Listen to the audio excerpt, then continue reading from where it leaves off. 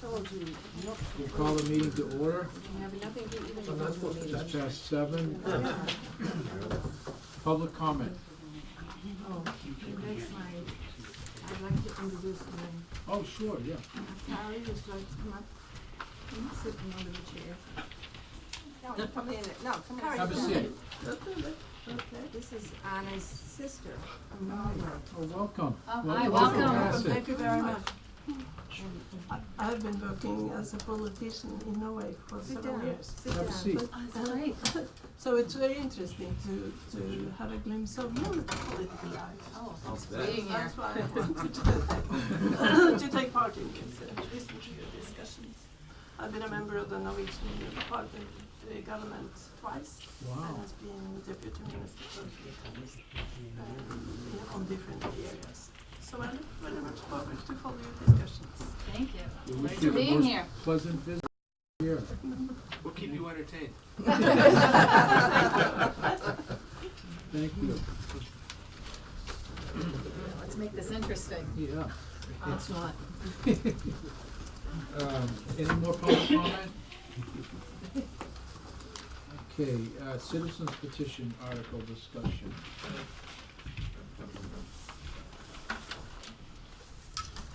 Which one? Which one? Well, it was labeled for any of them when they were still open, Yeah. so, Well, we can come back to that if somebody shows up. okay. Nobody showed up. Not yet, so, Okay. warrant article, capital improvements budget. We're going to, the capital planning, capital budget committee is still ongoing with their work. So we're gonna pick this up on Monday. April Okay. 2nd, okay? Very good. Monday. Town hall renovation. Is David here yet? I think, 7:30. I think they're actually on with capital. Oh, yeah, okay, they're down there, okay. Okay. So Is there a we're revised way ahead agenda? of schedule. Keep But wait a going. minute, Yeah. did you, oh, is there a new agenda? No, No. not, No. Did you go from capital budget to? and then I have post-retirement Yeah. health insurance. Thank you. Okay, so Yeah. is this revised, the latest right here on the? Which, The agenda that you have has not been revised. The The one we one got in that our came in the packet? packet. Correct. Correct. Can I just see the one that you Okay, have in your that's- packet? yeah, the one that Confirm it? Fred is working off now, it's here, it's a little different than the one I Okay, have. let me see. To see if it's the one Martha has. It's the same thing, isn't it? Same thing. Or just in different orders? Or different I think one. initially, if you look at town hall renovation, what time was that supposed to be? 7:20. 8. Now I it's have, saying, I have well, a different one. What's this? They asked for these to be bumped around a little bit. so. Okay, well, it doesn't matter, whatever you wanna do, I'm fine. confined. Okay, there are a couple of differences, so,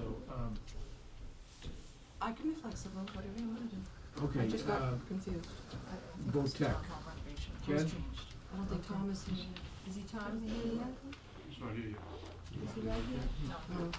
He's not here yet. Okay, that's okay. I wanna know if this happens in Norway.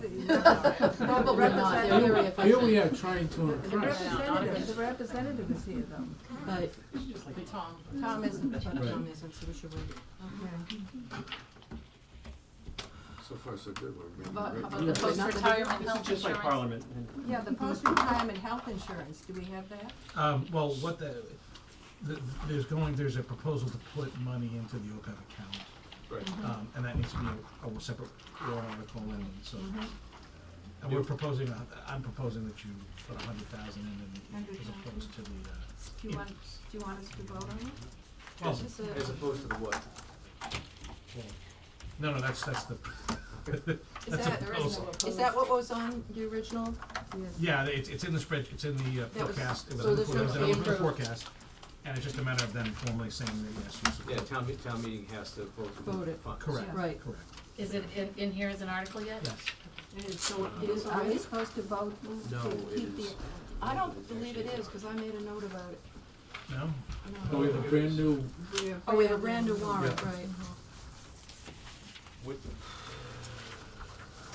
I thought it was in there. Brand new warrant. One.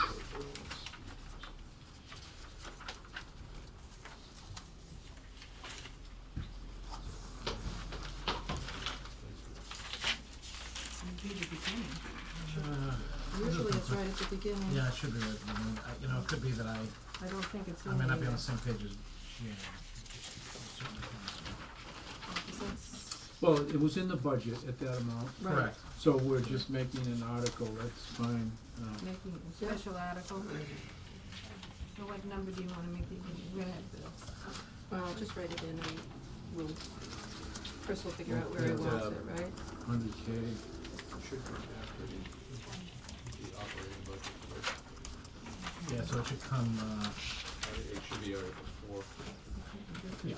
We'll Yeah. bumping everything else up. That's Article fine. 4? That's a good spot for it, yeah. Okay. So you need for us to vote? And Do a move, motion? yeah, move that, the board vote to recommend the transfer of $100,000 to the OPEB health insurance liability stabilization. Give a second. Second. Any further discussion? All those in favor? Aye. Aye. 5-0. Okay. I think we're ready for governance. Is it too early? Is everybody here?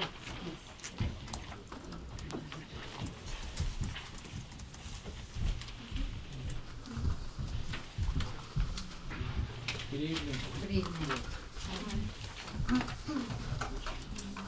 So my name is Mary Jo Larson, 12 Virginia Lane, and I'm here with other members of the committee. Trish Moore, 78 Forest Avenue. And Ralph Dormitzer, 111 Atlantic Ave. So we are following up on our meeting with you on March 24th. And you may recall that we were discussing the proposed changes to the bylaws to make sure that the bylaws are in alignment with the amended Town Manager Act. So what we'd like to do is, first just state generally that we met again, following our meeting with you, we met with the advisory committee and took questions and comments and feedback from the advisory committee.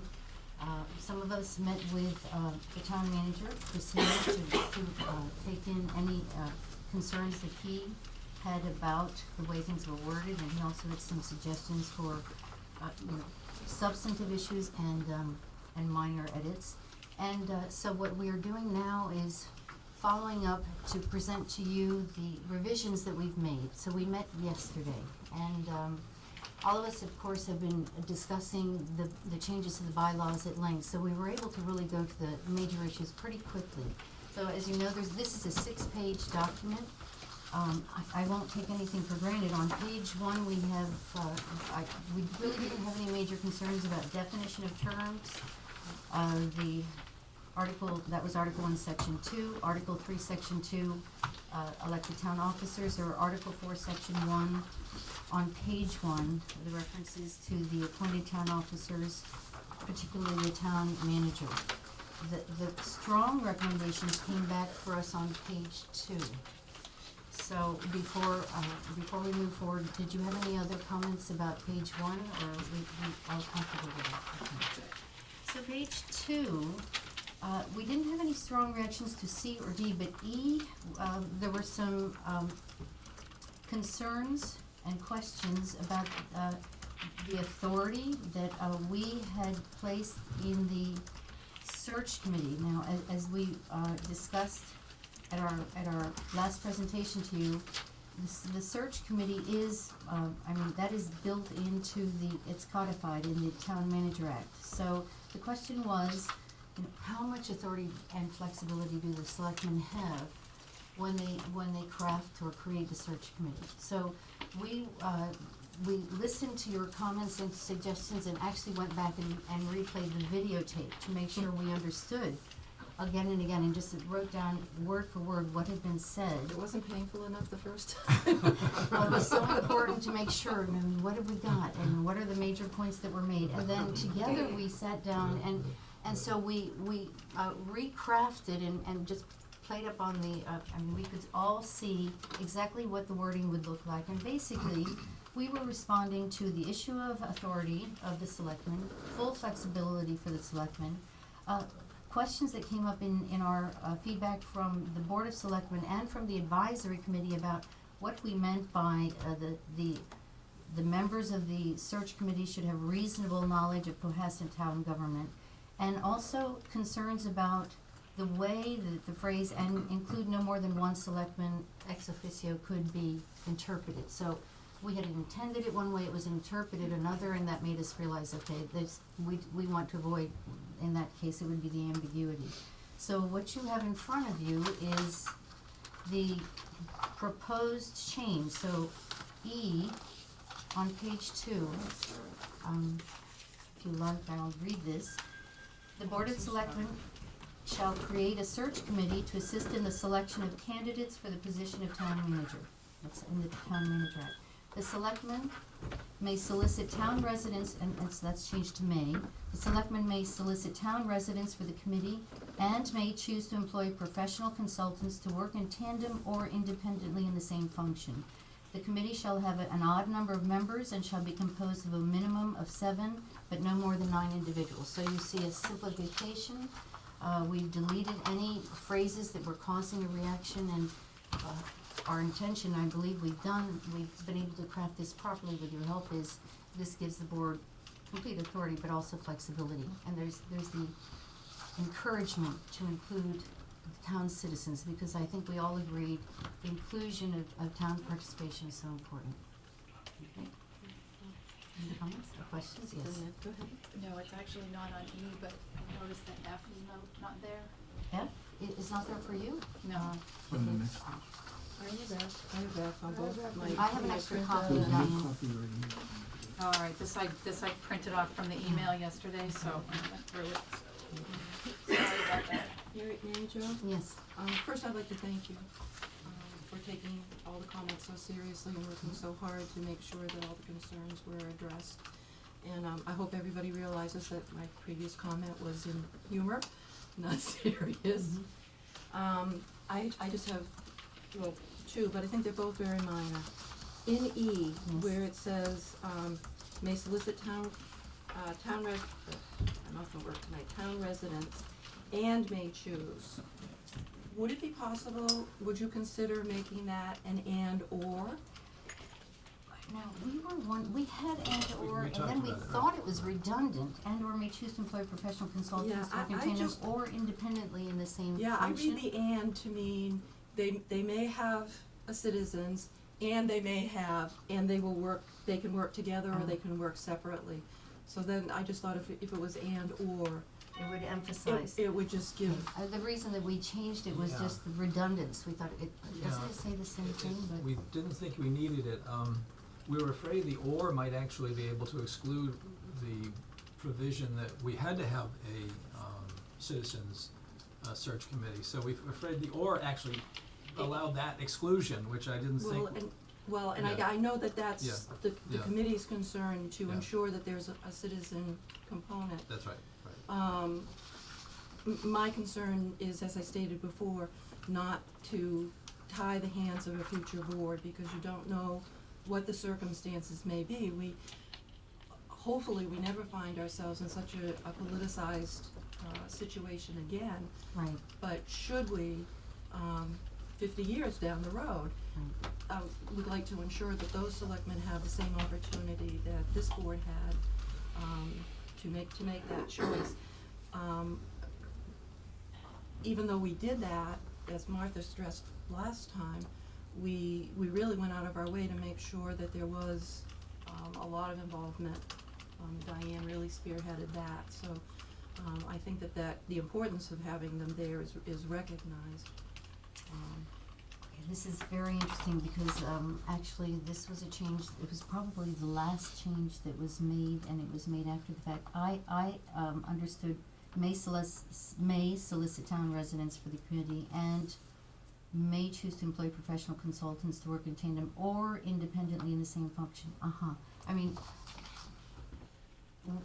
I hesitate to say separately, but I think we understood, you Yeah. have the authority and flexibility was what I Yeah, understood. I think you have a lot of flexibility. I think the risk for us is if we put the word or in, it actually says that what we've got in the Town Manager Act and what we've got here are really different language. So you really can't, we couldn't do it, because the OR would actually allow you to actually avoid having a search committee of town residents, so you gotta be careful about But the the conflict. Town Manager Act doesn't say of residents, it No, just it says just has says to a have search a committee. search A committee. search And I That's correct. think search committee, after listening to the discussion right here, I think no ambiguity if you say, have a search committee, if they choose to do citizens, or they choose to do a special, Or they up can to the choose to do board of both. selectmen, or they could do. Well, the way it reads now, you could do both, in other words. No, No. no.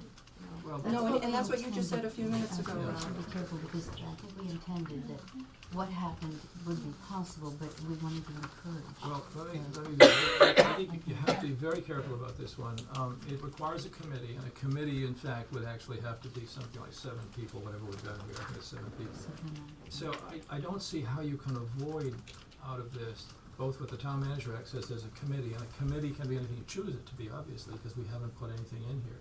But I don't think you can have 7 strangers come in and do this, so I think you're really stuck with a citizens Well, committee. I don't think you need a bunch of, committee, I don't think you should limit the number on the committee, and I think you should allow the selectmen to decide what kind of committee they want. If you put something there, whether they want where we chose to have someone come in to do this, and actually the process is one of the best I've ever had, and I've been on committees all over eastern Massachusetts, because, we had people screening them, making it, perfectly, even-handed. If you have citizens on a committee such as this, one of the strong, there's bound to be, some kind of, happening, because I've been on committees in, not Cohasset, other places, that are citizen ones, sort of, and I've had people call me, why did you do this and do that? It took the politics out of it, and I found this is the best committee I've ever done. It was, and I had no idea how the rest of the members were gonna vote. Fred had us write down, and that was very good, and, it was a long process, but I felt we did a very good job, and it was satisfying, and the citizens I've talked to are very pleased with the way we did it, so I'd kinda like that mirrored in this search committee kind of thing. I believe the Town Manager Act just says a search committee. It It does. doesn't say it has to be citizens, it doesn't say what size it has to be, it doesn't indicate in any way any restrictions on it, just that we have to have a search committee. And I'm in total agreement with that. I just, for future boards, want to ensure that they have as much flexibility in determining the proper process at that time, given any set of circumstances. So I would like to propose that it's difficult for the 3 of us to I know. respond to this. Oh, I know that. I mean, I know that. I know that. I can, just tell you that we, without a doubt, have prioritized citizen involvement as a recommendation, and without a doubt recognize that it would be very possible for the board to, take the authority and decide, based on the way this is written, that we're going to go with a separate search, with some type of search mechanism is what I would call it, because the search mechanism that you use, you could probably craft it as a search committee, but it was, working with an institution that, in our vision of the ideal situation, would be working with the search committee, so.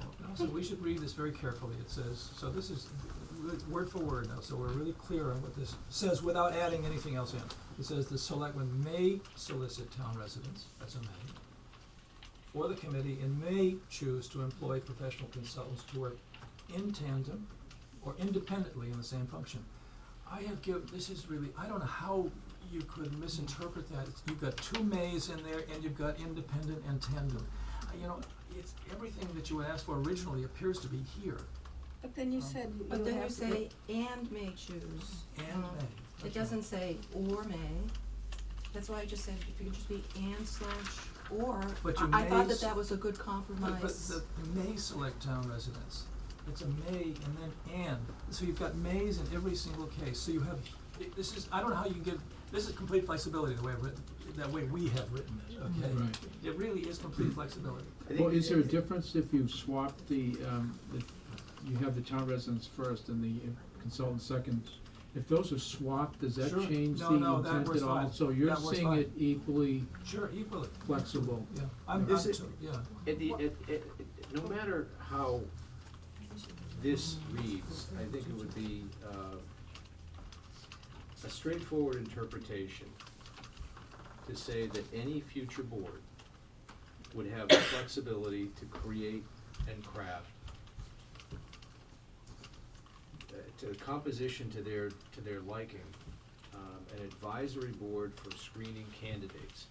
The specific restriction, which, God bless you, I love you for doing this, a minimum of 7 and no more than 9 individuals, odd number, thank you.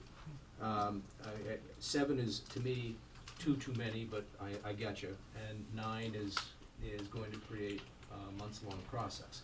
Having said that, that's precisely the point, if in fact you're involving citizens. And it does give a future board the flexibility to say, no, I think we're gonna go with a professional approach this time. That's right. That's the way that I read this, and then finally, if you were to have employed a citizens committee under section F, you could completely dismiss the search process on its own. Each of us have had experiences as part of the committee, some of them rewarding, many of them not so rewarding. The fact of the matter is that, you know, the bylaw is giving us, the intent of a bylaw, as I read it, is to give the board, this and future boards, the guidelines necessary to give us the tools required by the statute, so that we can carry out our duty. I don't see it as restricting. I see it very restrictive. Why do you need to state what the committee should be? The Board of Selectmen should decide if they wish a citizen committee or not. And we did not have one with this. But Martha, this basically says It should that be you stricken. can. I'm sorry, it should be stricken. It makes it too, This actually specific. specifies and removes from future doubt whether or not you can go out. No. If you have a citizen committee. You'd let me finish. Yeah. It removes from future doubt as to whether or not you can go out and hire a professional, whether or not you desire to put together a citizens committee. We could have done that instead of what we did. No, we couldn't do that. The point was, we couldn't agree on whether or not it was day or night. Well, we Heaven did. heaven forbid we could have agreed on whether or not Well, we should select a group But of citizens. the process worked very well this time. It was, particularly Diane helping, she did a lot of work on this, and she did a very good job. And it was nonpartisan, everything. I didn't have any people say, my friend has applied or something. And that's what I wanna, cause I had that when I hired a superintendent of schools. We had all kinds of people. We had a citizen committee, we had teachers, we had everything else, and it was very difficult. And, because of the people telling me, you've gotta consider this one, that, and I actually had the whole list, because at that time, I was secretary of the committee, so I knew all the applications and said nothing to anyone. Each of us have had our good and bad experiences, okay? We cannot project those forward. We must, in fact, lead, and by leading, define the best we can the tools with which a future board will act. Well, I disagree, this isn't, Okay, I guess that's the end of the leadership. I'll agree, I'd love to I'll say agree to something. won't you agree to disagree? Steve, people can lead in different ways, I don't think that's. Okay, let's move on. Trish? I think with regard to this issue and every other, really important piece of the Town Manager Act, the bylaws that we've been looking at, we've always been looking at what is the best process that we could offer any future group of citizens or boards that would, that's ultimately just the best practices. And that in doing so here, what we've done is we've listened to the community, which gave us a mandate at the annual town meeting 2 years ago to make sure that there was a citizen, they expect a citizen committee. It's what we promised them on the floor. Our intent initially was to have much more language in the Town Manager Act itself about a committee, and that was stripped out, and we were advised that it should go into the bylaws, and that's what we've tried to do here in a very, very loose, even-handed way that gives you every bit of flexibility that you have in doing this search, but also encourages you to encourage citizen participation. They want to be involved in these processes. You can choose as a board to, depending upon the circumstances and the nature of the town at the time, to include a big community group that wants to help you sort through the resumes, or do what you did this last time. It's all here. It gives you that flexibility, and yet the spirit of it is community participation and residents being somehow involved in the process of hiring our most important employee. I think we all want that. Mhm. We're just, as a board, want the flexibility, because we don't know what a future board's gonna be faced with, other circumstances, and just the flexibility to And, We deal believe with that it that's, we believe appropriately. that that's I think here. you got it, Yeah. I think you got it. well, I still disagree, and I have to say, if you think that the and gives you that flexibility, what harm is there in putting an or in there? Because it just, What I'd like to propose, because there are only three of us here, Karen, is that we, because that's a simple change, we just need to to have a group deliberate with approval, I the understand that. committee in Thank fairness. you, Mary Jo. So, Just so I understand it though, an and/or, Karen, would make this palatable? Yeah, You'd find it agreeable? Yeah, the only other change in E that I'd like to make is to say the citizen committee shall have an odd number of members. Okay. oh, okay, that makes sense. Mhm. Well, I have very bad laryngitis, so I'm trying to be economical with my words. But if we're gonna put this on the if we're gonna put this on the warrant, that's as a article that the selectmen recommend, we can make those changes. Right, Right, right. Doesn't That's have good. to Yeah, Well, that's true. I mean, if we just have Doesn't have to some get minor approved by things, governance. we can probably Okay. handle it from here, but let's keep going through, because I think we're making good progress. And the point was made too, that council would need to look at that change Right. also, Like make sure that Yeah, it really means what we say Yeah. it's gonna mean. Okay, okay, are we ready to go to F? all right, so I believe, we did not make any changes that I know of to F. Okay. I just have one, and I think we had talked about this last week, Mary Jo, that last sentence. Yes, I think just appropriately, it is better in E than F. okay, we discussed that, and, I understood that, it made sense to me as well. So, I don't think any of us had a reaction. That sounds fine, sure. That's fine, Absolutely. thank you. Thank you. Okay, so, G? as far as I know, page 3, everyone understood the changes, they were pretty straightforward, just really discussing the expanded involvement of the Board of Selectmen in the hiring and firing of the police chief, the fire chief, and the director of finance, town accountant. So, I don't remember any concerns or feedback on page 3. On page 3, I'm curious about you saying upon merit and fitness alone. Shouldn't we appoint them, this is removal, okay, this is removal. Then. We can't change that, can we? That's the end. That's Is that exactly- the act? Yeah. That's what I It's wanted to final know, language. and Yeah. that is the Town act, contract. okay. That's what I was confused by the language. And then page 4, we respond to comments from the advisory committee, and I think If you look at B under advisory committee, what we originally had was appointments shall be made by the Troika within 60 days after the final adjournment or dissolution of each town meeting. I think, what the advisory board thought is that putting a 60-day requirement on was really something that could not actually be fulfilled. For example, you always can't find candidates for all the positions, so it was really better to say what we have said, which is as soon as practical. So the new word are just as soon as practical, so.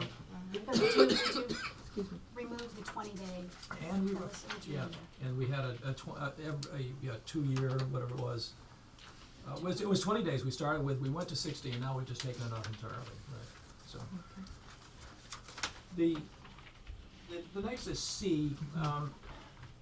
We also got a feeling that if we use the words budget planning committee, which is what it said originally, it says members, originally said, members shall be registered voters of the town and shall hold no other elective or appointed office with the exception of those serving on the budget planning committee.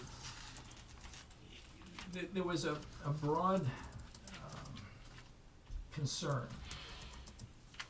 that the budget planning committee, and this is harking back to my original thinking long time ago, would be usurping powers that in fact really belonged with the town manager. So what we've done is we've simply called it a long-range planning committee. And there's lots of precedent for it. We looked up towns, we've probably seen 12 or 13 towns without even trying that have long-range planning committees. So it's gone from budget planning to long-range planning committee. And then we had no member shall serve more than 2 consecutive terms. We just took that whole phrase right out of there. We thought we couldn't dictate that at this point, and it's probably something that ought to be considered in the future. So that's gone as well. Advisory board, This was for the advisory. This was committee. under advisory board, it's C. Yeah, I understand Yeah, that, right. but it's been two consecutive full terms for 50 years, 60 years, 70 years. The long-range planning committee. Oh, no, the long-range Right. plan, that isn't in the town manager act. Well, that's right, that's why we've taken it out.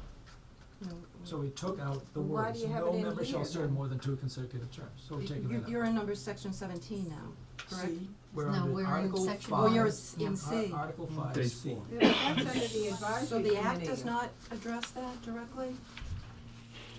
That, Or the, Yeah, it's only in the bylaws, it's not in the act? for the advisory. for the For- advisory It's not in committee, the right. It's not in the Doesn't act. mention We- in the act. That's Yeah, right. but a member should be registered and hold no other elected, member should serve more than 2 consecutive terms. You're eliminating that whole paragraph? Right now, because we don't think that that's appropriate to put it in here right now until. Yeah, but I still like that it's no more than 2 consecutive terms. I don't want that eliminated. At the Advisory advisory committee, committee yeah, we- meeting, They wanted it eliminated, They- you wanted it yeah. eliminated? there was a serious discussion around the learning curve that I is understand required that. for the advisory I committee. know. And ultimately, we Yeah. were fishing, asking for guidance, and I think the response was, Right. why don't you put in 3 consecutive full terms? But then, as we stepped away, we realized this is a perfect example of the type of discussion that we should have within a larger context about committees. And so, rather than, remember, we just had met one day yesterday, so rather than try to decide between 2 or 3 suggestions that were made, we left it off for right now. Also, if you say 2 consecutive terms, you're applying that also to the school committee and and to everybody who participates, so, and they don't have that restriction. That's So true. it That's doesn't true. work unless you work all of the committees one way or the other on this issue, so you really have to pull it for now. Well, I don't think we should just suddenly have that long-range planning committee. That's nothing, something out of, So The two that's the people next have- topic. yeah, it's not a registered committee. It was ad hoc, I was started. Hmm. So you want us to make it a legal committee then? Okay, so that's, That's absolutely correct, okay? So what we have done in that case, and to address what I thought was I can't go well, with that. let me finish, okay, Martha? I think in order to address that question, what we did is we said, I think that one of the major things that we face here is it felt as though the town manager's authority, which really says shall be responsible for the preparation of the proposed budget, where we had it as C in the original document, we moved it back up to A. So it was very clear what we intended here was that the town manager is responsible for this preparation of the budget. That was number 1. So the first thing is, A now says what was in C, but with a change. It says annually, the town manager shall be responsible for the preparation of the proposed budget to be included in the annual town meeting warrant. So it's very clear upfront what we meant. We have added the language which is in the actual Town Manager Act, which says the proposed budget shall be prepared in accordance with the most current budget process pursuant to Section 3I of the Town Manager Act, because we had to link the budget process with the long-range planning group, as you will see. So that has been added in, but it is language already just drawn straight from the Town Manager Act. And then it goes on, and everything else is the same. It says, in addition to the foregoing, the town manager, with the assistance of we call it the long-range planning committee, not the budget planning group, shall develop and maintain a 5-year rolling revenue and expense projection for the town's operating budget. And then we scrubbed, which was in the old one, the words that said the projection shall estimate revenue and fixed non-controllable expenses to develop an available revenue projection, because it implied that they were getting into the annual question and not just dealing with long range. So what we're really trying to do is first empower the the town manager was empowered anyway, but also to make sure that there was no language in here which in any way usurped that power. Okay, so that's kind of where we're coming from. Other than that, every other place what we've done is we've just inserted the words long range wherever you saw budget planning before. So, It's yeah, interesting, right. when we were making these revisions, we took away B and C just to see, is that too much detail? And just to see, well, what do we have left if we just leave A? And what hit us very quickly was we were losing the more explicit recognition of the value of bringing the schools and the town representatives together. So what we agreed to do is capture the benefit of kind of the different stakeholders coming together on a regular basis to think long term. So that we actually put that language back in after we realized the risk and the gaps. So. And then once again, just looking from a perspective of good governance, the functioning of this, what has been the budget planning group, bringing in representatives from each of these important constituencies to work together to share information that would help the town manager craft a more reasonable or more accurate budget, is something that has worked. If you look at where we are now financially, it's a lot of it has to do with the great collaboration that we have had, almost unprecedented, between these groups. It's working. We felt that was tremendous value to the community to have those kind of conversations happening.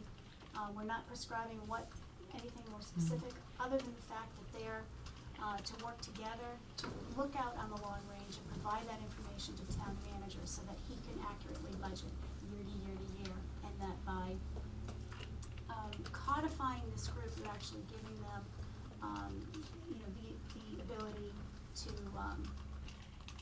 to do that from year to year, so that data actually means something. And I think we felt that was important enough to codify in here in the bylaws and to add that committee as a standing committee. It avoided also this idea of stovepipes, my constituency over here, my constituency over there. It really is a value to try to get that collaboration, so that's why it's in there. So the main focus is the 5-year plan. It's a 5-year. Yeah. Which is why we realized that calling it the budget planning committee was actually causing some problems, and that it really wasn't an accurate reflection of the work that they would be in charge to do. This seems to be very, very direct and very clear with respect to the last sentence under subsection A. In addition to the foregoing, the town manager, with the assistance of the long-range planning committee, shall develop and maintain a 5-year rolling revenue expense projection for the town's operating budget. Nothing else. Nothing else. So, Well, we have, the budget, we have in this long-range planning committee, you usurped the role of the capital budget and the advisory board. The capital budget is supposed to do, and I was on it for 5 years, 5-year projections, and then each year, or 10 years, and then rolling, changing. No. And also the advisory committee, they can do beyond the regular budgets. They can have subcommittees to do that kind of thing. So I think the long-range planning committee is redundant. We really don't. need Actually, it. Martha, the capital budget committee in no way involves itself in 5-year fiscal forecast. Well, they used to do it for years. Martha, that's the job of the town manager. Well- The 5-year capital budget plan is the town manager's. Then what and does the like- capital budget committee do then? Oh, they sit around and goof around a lot. Well, They you're taking quite some of quite those away. literally are charged, Not anymore. they quite literally are charged with reviewing the capital plans put forward by the town manager and helping to prioritize and assess those. Likewise, the chairman is here, but I would refer to the advisory committee. The advisory committee is not charged with 5-year forecasts for the budget. I didn't say that exactly. They can, if they're not doing the budgets and so forth, institute a planning that may involve with it, and they can also work with the town manager and the capital budget committee. These committees do not stand alone, they can meet jointly if they want to. I'm just opposed to having more committees which are redundant, that's all. Well, in this case, they're not I redundant, think it is. they're actually drawing together elements of each of those committees so that everyone understands the larger concerns affecting each of their areas of expertise, and those include not just advisory and capital budget, but town management and school management. I see And that. that's the critical part that frankly is not included in advisory, and it's not included in capital budget. Those are review committees. Well, I think you're usurping the role of role of the Board of Selectmen. They can at any time have an ad hoc committee to help the capital budget, the advisory, and the town manager. If he wishes to have things, I don't want another standing committee. And this would be one, and we're just suddenly slipping into a town manager act, so. Well, it's not the town manager act, this is the bylaws. Well, I and- know that, and- I know it's the bylaws, I don't want it just suddenly coming in here. I guess this begs the question, I had breakfast with Chris this morning, he told me he talked to Arlington, who has a similar thing, but they have not codified it at all, similar to us, so it's just, it's Ad out hoc. there, but it's not codified. Well, there is a risk, and it's something worth entertaining. Apparently this year, the budget planning group its existence began to cause some either concerns or ruffled feathers amongst any number of people. And the question arose as to what its purpose was and why it was there and how did it grab all that power, et cetera, none of which, of course, was accurate or reflective of reality. However, the fact was that it was an ad hoc structure. And by simply setting it up such that it's not ad hoc and as a matter of fact its role is defined, you begin to take some of that suspicion off of the table. And I do believe that that has a great value. And as all committees, they fall under the direction of the Board of Selectmen and the day-to-day direction of the town manager, and it becomes an asset, an asset to the town manager and an asset to the board to have people talking with each other. These people who are managing big chunks of money actually having a conversation, and it's good governance for us to say, that's a good way of doing it, and we should continue. I just think that we need to have a bigger conversation, as you were referring to, and look at our governance structure. This committee can be a committee and stand. It can be part of the selectmen's fiscal policy. It can be a fiscal policy. The town manager has the ability to have an ad hoc. He has the ability to talk to any of these people, to ask them to come together, the Board of Selectmen. I think that at this time, there shouldn't be a rush to put into a bylaw a new committee before we figure out exactly where we're going, how we wanna get there, and make sure it's not, if it isn't made a bylaw, that doesn't mean it can't exist. And, Steve, I do have to take, a different opinion as you might, as your representations of whether people's perceptions were real or not. So it's No, people the have different. perceptions are real. People have differing opinions or viewpoints on something. That doesn't mean that their position is not true. So that, I don't wanna get into an argument about it. No, I it's not just an wanna argument about that at all. say- My comment was that it was not about whether or not perceptions were real or accurate, but whether or not they were based in and what was really taking Well, place. some people have the opinion that they were based in reality. I'm sure that they do, So, and the whole purpose of what is written here is to remove that question.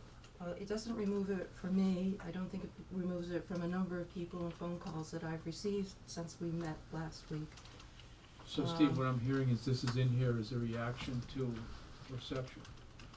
No, no, not at all. Is anybody listening? What I'm saying is this removes it by simply saying, rather than keeping an ad hoc committee, which is open to question as to what it's doing and why and what is its legitimacy. This very simply addresses that question. Whether or not that was the intent, I have no idea. I didn't write it. But I do see it as having value, as addressing that question. That's all. All right, I think we've got this section.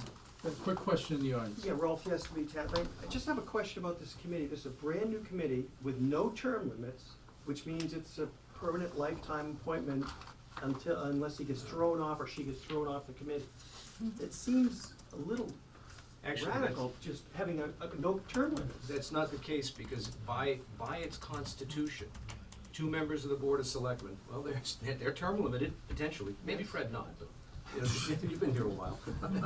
Well, 2 members of the advisory committee. yeah, 2 members of the school committee, elected officials. yeah. 2 members of the capital budget committee. By their very structure, they're limited. Capital But who advisory appoints appointments, them? troika Who- appointments. Who appoints them into this The committee? troika. The chairman of the It's committees. the chairman They're chairmans. of the committees. What section is that? Doesn't say Right that. below C. See? So to remove, how easy to remove a troika, to remove people who have a lifetime appointment? No, I'm saying, it's- why don't we have a Troika appointments are limited by the underlying committee. So right now, it's 2 years on, as a matter of fact, it's very interesting.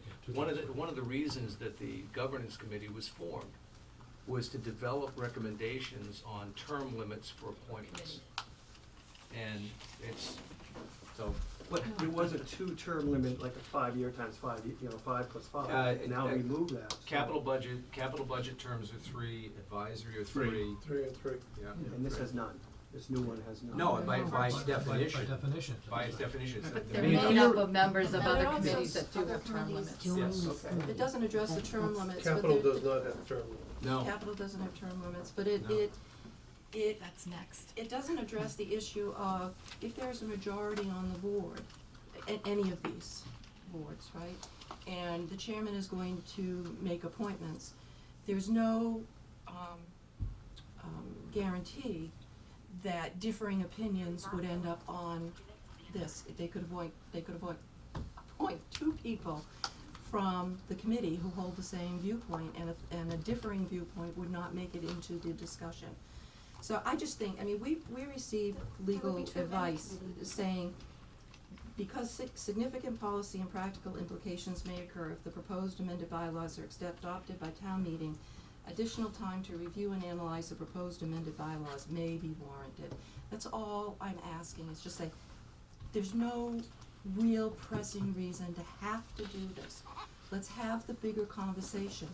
We have capabilities, to bring in from MMA, from the Collins Center, and there's one other that I thought of today, that, you know, provide guidance to towns in looking at government structures and what they do in committees.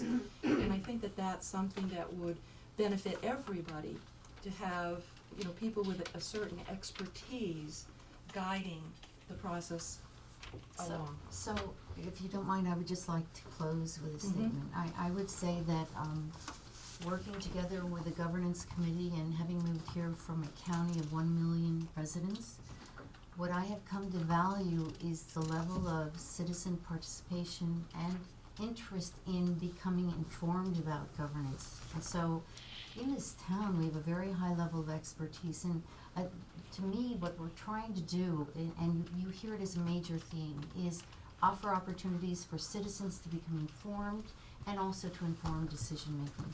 If this is strictly, in this case, just to pick up this case, it's an advisory committee, it's a collaborative advisory committee. I believe it brings together the school with representatives of town committees that, and they normally don't intersect. You're preaching to the choir here, because That's as what we I've discussed heard last you week, say, that just, I feel as if we're losing this came that about theme from me. this evening, But but that would be the I main point still, that I would make. I still think that this is Yeah. something that needs more discussion inside, a bigger discussion. And because it isn't made a bylaw, it doesn't mean that it has to go away. It's entirely up to the Board of Selectmen and the town manager to determine how they wanna proceed on new committees. I would just like to say that I haven't been on this committee for, what was called the budget planning group for a number of years. Sorry. I think it's very functional. I don't see the harm in putting it in the bylaws, I really don't.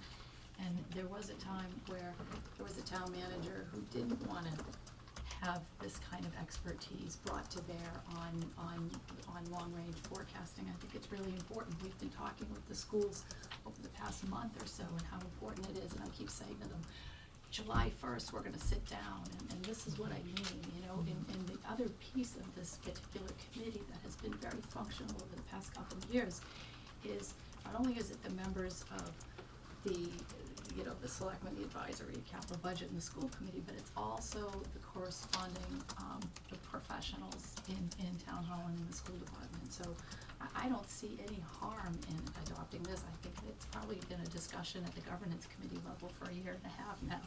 So, to the extent that it needs more fleshing out, I don't know, it's been a very functional committee. I mean, like every other committee, we get personalities, and some people like it and some people don't, but, I see no harm in codifying this for the future, because I think that's what you've been trying to address is, you know, no matter if we all get hit by a bus tomorrow, the governance and good governance will keep continuing. So, sorry, that's the voice. Thank you very much. Thank you. Thank you. Thank you.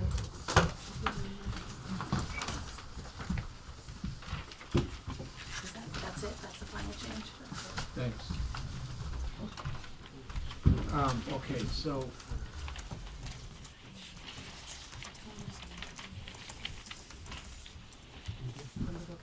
Oh, yeah, okay. Social Protect?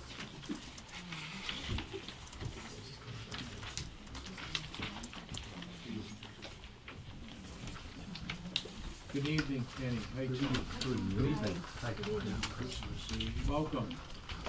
Thank you. Thanks for having us. We enjoyed the meetings last week. It was very enlightening. Progress that you've had. Some of us Way missed it, back. I was sorry to miss it. Oh, I'm Kenny Thayer, Vice Chair of the School Committee of Social Tech. Very honorable position to be in and do a lot like I do here. I'd like to thank the Selectman, Town Manager, for being there. I know Diane and Steve could not make it. I hope next time we can put everything together and get all 5 years there, 6 years. Once we heard about the food, we kind of regretted our decision to go to work. Okay. It was a very honor to have everybody here to be at the school, and I'd like to see maybe the rest of it, and next time we'll put another time. We'll have all the good food again too. Hey, look, our colleagues were raving, not about just about the food. About everything. But if we understand that the school also represents a fairly sizable potential resource. Yes, we can do a lot of things over there. I'm glad everybody saw behind the scenes. It's amazing what these young kids can do with a little effort and push from the instructors and from the towns. There's been some projects done in the town we've set up. They've been done, been great.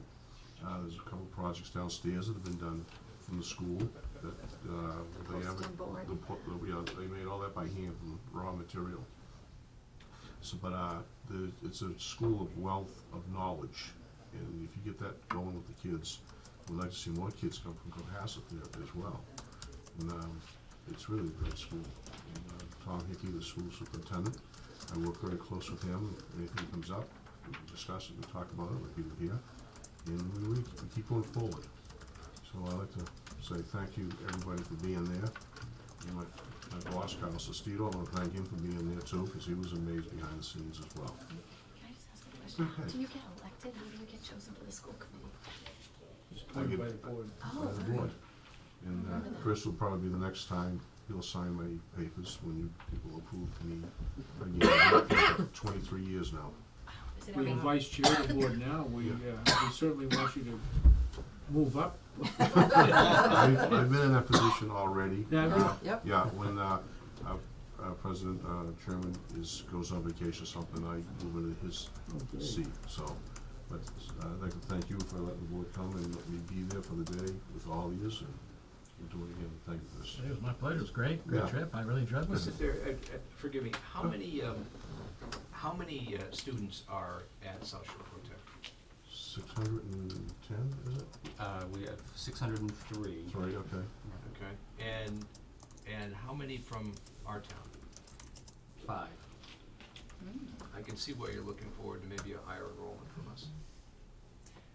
Our goal is to just make sure that folks know that Cohasset's been a part of the school district since its inception, and there's no magic number to attain. It's my personal priority, and I know it's Right. Kenny's as well, is to just make sure that people know what the resource is there, and if it's the right fit, we hope all families can find the right public school fit.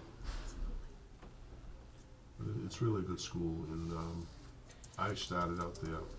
I went there, and I finished my school off at Cohasset High School. But I went right back into the school again, and the rapport that I have with the teachers and upper management is unbelievable. The way you treat it and the way they treat the kids. And it's good for the kids. A lot of kids can go there that think they don't have a trade or something, but you'd be surprised what they come out with. It's very amazing. Thank you, everybody. Go ahead. One last question, ahead. because again, I didn't get to go. So, when you cover your curriculum, tell me about the range. In terms of what the programs we offer, or? Exactly. Sure. So we have 14 vocational majors. The way that we structure the curriculum is that in a 180-day school year, there are 90 days of vocational studies, 90 days of what we would call academic or classroom study. So typical student would alternate every 6 days. So if you were majoring in automotive, you would spend, we'd use the term shop day. Yeah. sure. You'd spend 6 days in a row in an automotive shop with your automotive instructors I gave it. doing live work. And in the alternating 6 days, you would have a schedule that includes English, math, science, social studies, physical education, and in the upper class grades 11 and 12, you'd also have some vocational theory, which we call related. So it's a public high school. Our kids take MCAS. We offer a full slate of academic courses. I think that we can truly say that we do offer 2 educations in one. I talk to a lot of parents. I've been at the school for 20 years as a teacher, principal, and superintendent. And so I've spent a lot of time talking to parents about whether or not certain doors close on kids should a family decide to send their student there. And the message continues to be absolutely not. If there are college-bound students, the question is, if you go to a vocational school, is college off the table for the rest of a child's life? And the answer is absolutely not. Very proud of our teachers. Our MCAS passing rate and proficiency rates are very high, and we send a third of our students directly to college. My message is, if a student wants to go to college, they will graduate with a transcript that will afford them the ability to get there. Not every college, certainly, but definitely the ones that our students are looking to go to. And I'm talking about 2- and 4-year schools. I'm talking about students that graduate from our drafting program, our electronic engineering program that are going to Wentworth. So there's a wide range of vocational majors, and thank you, Chris, the brochure that you handed out. And so there are definitely those vocational programs that have a college-bound track, and then there are those that have a direct-to-workforce track. And we consider ourselves living in a high-stakes environment long before MCAS, because if we're putting out kids that are only putting 3 wheels on the car, Right. it's going to be a problem. So we hold ourselves to those industry standards just as much. The school is great. My basic trade is a mechanic. I've been with it for 42 years, so I had to give it up. But I learned a lot over there, and a lot of times when I go in the automotive shop, the instructors will grab me, hey, Kenny, go over there and give this kid a hand, show him how to do this. But you gotta kind of put the outside world in with the inside world, because I'm always on the outside, so I have a different way of doing stuff. So I would show the student how to do it, and as well as there is guys, there's girls over there too, and some of them are fantastic. They really are. And I would show them. So, but that's my basic trade, and it's been a good school for me all the way around. Working with Tom, as I said, it's been unbelievable. And we just want to keep going forward, and hopefully get some more students from Cohasset.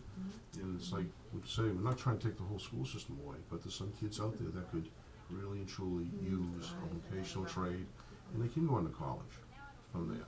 So, Tom, could you tell him about the special student that is a senior who's going on, The BMW one?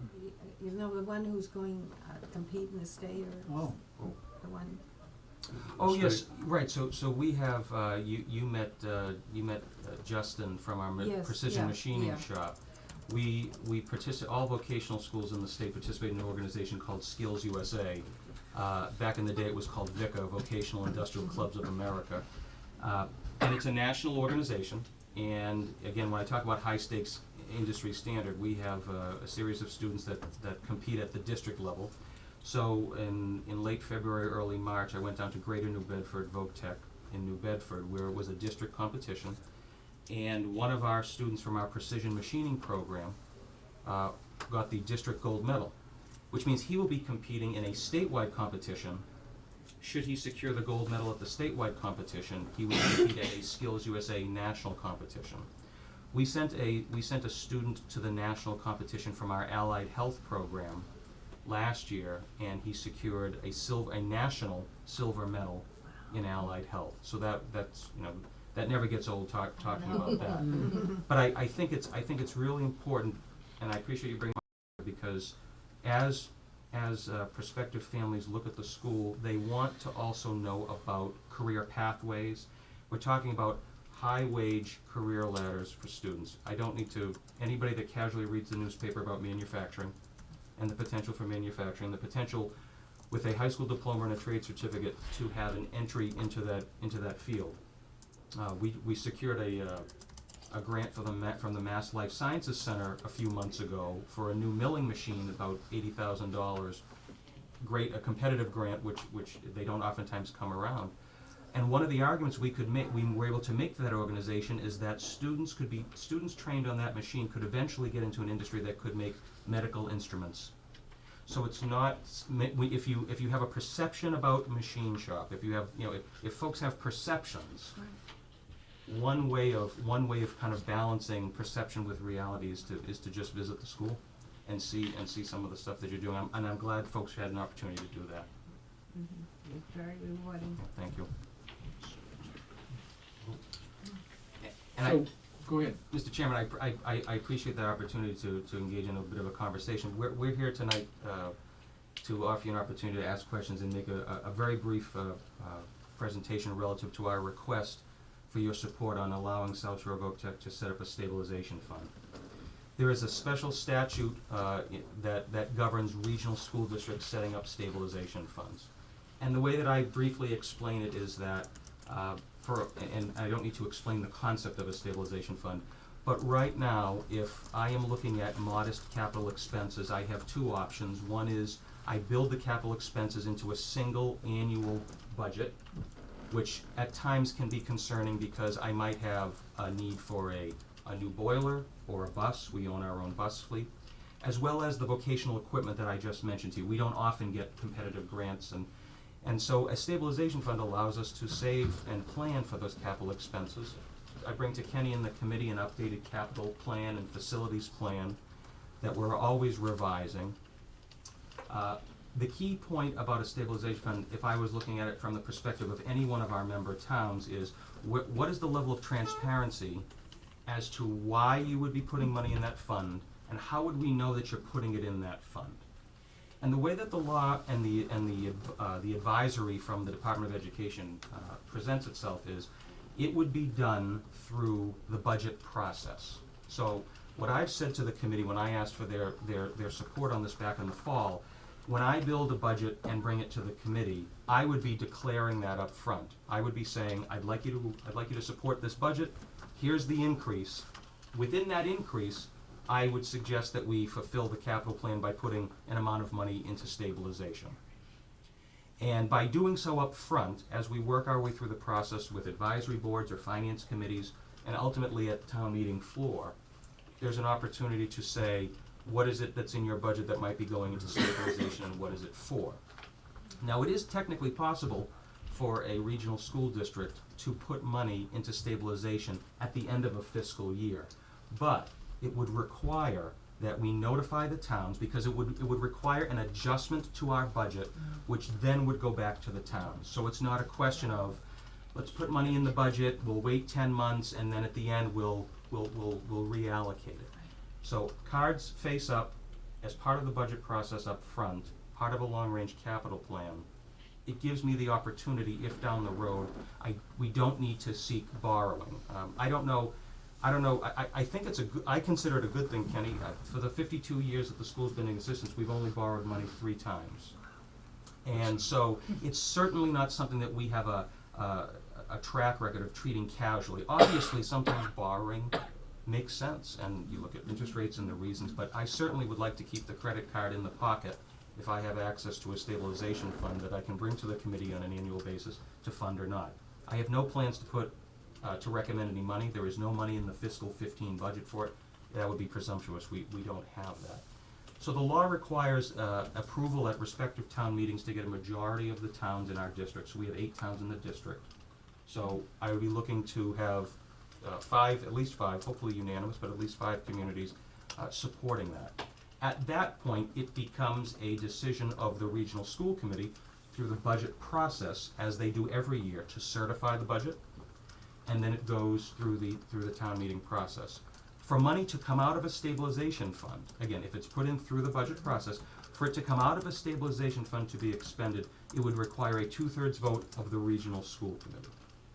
Currently, our regional agreement says that if we want to borrow money, it's a unanimous vote of all 8 of our towns. So, and I can give you a for instance, because looking into, I don't think it's too much of a crystal ball, but we have a 52-year-old boiler.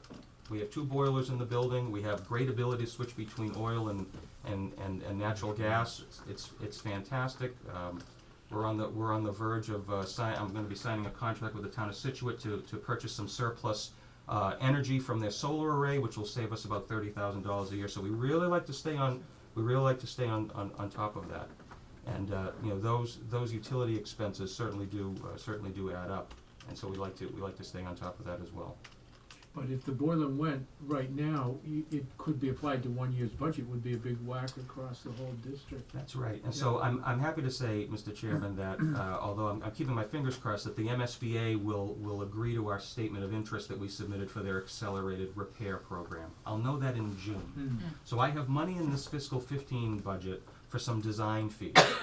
So I have no illusions. If in fiscal 16 they say go for it, design it in 15, it may end up being an issue that I come back to this board for fiscal 16 as a separate article for bonding or borrowing. There's simply no way that I would be using the stabilization fund to attend to it. But if you ask me straight out, what's your next big capital expense? I would say it's replacing our 1962 boiler. And if we had had this stabilization fund 5 years ago, that's a good example of something we may have been able to put a little. So it's not a crisis. We'd like to stay out of the crisis mode in repairing infrastructure. But so I'd say 52 years. You know, we're doing okay. But So you know, just on this, in order to get this stabilization fund, just to recap, you Certainly. need a majority vote of 5 of your 8 communities. that's at town correct. meeting. Wow. We're hoping we get all 8 on board, but 5 would be, Does would do it for us, you know. And So- Tom, just to be clear, at the moment, you have no capital reserve. That's correct. Okay. Regional schools have an emergency account that's established by a separate statute, which is based on 5% of the previous year's budget, which is intended for emergency. So in that scenario that you mentioned, Mr. Chairman, if there was a major expense, we would, because we don't have access to town meetings, or we don't have access to unlimited free cash if a town's so fortunate to have. That's what the statute allows us to have. This stabilization, however, is separate from that emergency fund. So we have no capital reserve. I either budget it in 1 year or I borrow. Is there any plan to, is there any thought given to, frankly, starting to build the fund on a regular and sustained basis? In my opinion, that's something that I would like to do. What I would do with the establishment of this fund going into next fall, if we're fortunate to be in that position, is that I would review the long-range facility plan and capital plan with the school committee. And then I would take a look at what the current state is of our grant situation. We do get federal Perkins grant money, which we have been able to use for vocational equipment. And so in this particular fiscal year, and I think, I feel very confident that even for next fiscal year, I would not need to budget or set aside in a stabilization fund money for vocational equipment. Beyond fiscal 16, looking at the plan, that's what I would probably do. And the way I would like to explain it to towns and to the committee would be, I'd like your support to put X thousands of dollars in, and it would be for these specific reasons. We said at the beginning that we have 603 students. If I was really looking long range and listening to your earlier conversations about long range planning, certainly, I could see the need for talking about, in a post-boiler world, talking about a modest addition, as my automotive program, which has been consistently popular, has been mentioned in a couple of NEASC evaluations as being a bit cramped. So I've begun initial spitballing conversations with our capital projects subcommittee, and Kenny's a member of that subcommittee, talking about that. All of our science labs are a couple hundred square feet under what MSBA would currently recommend. We're doing fine, it's not a crisis, and I don't mind having that problem, but having more than 20 students in a science lab, at some point, we would need to address that. So to your point, those would be a couple of long-range issues that I would definitely want to have some sort of a plan going forward. But I asked the question, and just take infrastructure for the moment, building space, boiler, You got it. et cetera. We as a town have found out the hard way that there, in municipal finance, there's no concept of depreciation. But within that, if you can identify your depreciation, you can also identify what your cost for capital replacement is going to be. That's right. On an annualized basis, which is where it brings me around to asking about regular and sustained contributions. Better to be prepared than come back to the towns asking, well, not begging, but asking for the ability to use their good name to borrow. That's right. Okay, and that's why I was asking. I mean, to the extent that you would take such an arrogant observation as the one I'll offer, if you can work into your budget, I simply propose that it may be something that you would want to include on a sustained basis, a contribution to a capital fund. And I would concur. And the parallel example I would give is that we have endeavored to do that with OPEB. Great. We're a little late to the game on that one, but.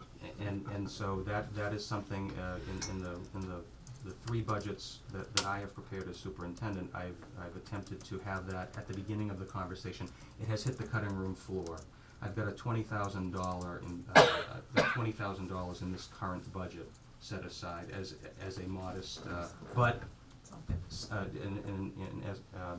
I guess in a form of just fiscal discipline, saying that I don't want the kids at the South Shore Hospital maternity ward to come to South Shore Voc Tech 13 years from now, where half its budget is eaten up by those expenses. But it certainly isn't easy when you've got costs staring you in the face. So we look at it 1 year at a time. Tom, the chairman of advisory committee, do you have any questions? No. Okay. Good. Thank you. Do you want a motion to recommend Article 15 or whatever, I think we're ready. the establishment Do of a do stabilization we have a fund? motion? So moved. Do we have a second? Any further discussion? All those in favor? Aye. Opposed, 5-0, congratulations. Thank you very much. Thank you very It's much. not there yet, it's gotta go to Yeah. town meeting, but. We will take it one step at a time. Time. And I'll see you later this month. Thank you very Yeah. much. Okay, thank you Thank very you. much. By the way, advisory approved it last night. Oh, good, okay. Oh, you've approved it. Very good. Thanks for coming in. Not at all. We have a vote Yeah. Thank you. actually Good night. on the warrant. Good night. On the 5-3. new warrant, we have. Okay, So we wanna ask- who's next? Chris Solis. Dave disappeared, is he? No, there's still a capital budget. Those poor guys. I guess we can work on some recommendations. I put that on there just to if Yeah, we're ready to have some okay. conversations. Yeah, if we could get a list of where we're at, that'd be easy to work off. so many Well, times. on the, I mean, theoretically, is it on here? this warrant. Yeah, on the Okay. new one that Jen gave us tonight Okay, is all all right. on there. Yeah, you've written. Alright, so we can you've work got it off that, alright. Article 4 is approved. Yeah. It's okay. too. Yes, the new article. Did we Or vote to we'll call approve it, the town call it report 4A at the for beginning now. of this? Yeah, 4A. Well, it's, you wanna start at the beginning and go through it, and then the next version will get to be updated, right? So, Yep. I thought we had, did we vote on one yet? You haven't voted on anything. We didn't vote on, officially.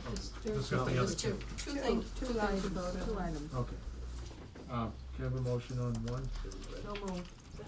No, you haven't read it yet. Oh, wait a minute. I So can read it. moved. Chair? Do you have a second?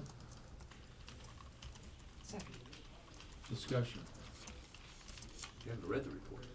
Well, it's pretty straightforward, it's just, Just an allowing observation. people to give He doesn't wanna- he reports wants us on to the read it. floor, yeah. You might not want to approve it. Procedural. Go ahead, vote it. Proceed. I'll Yeah. abstain, I wanna read it.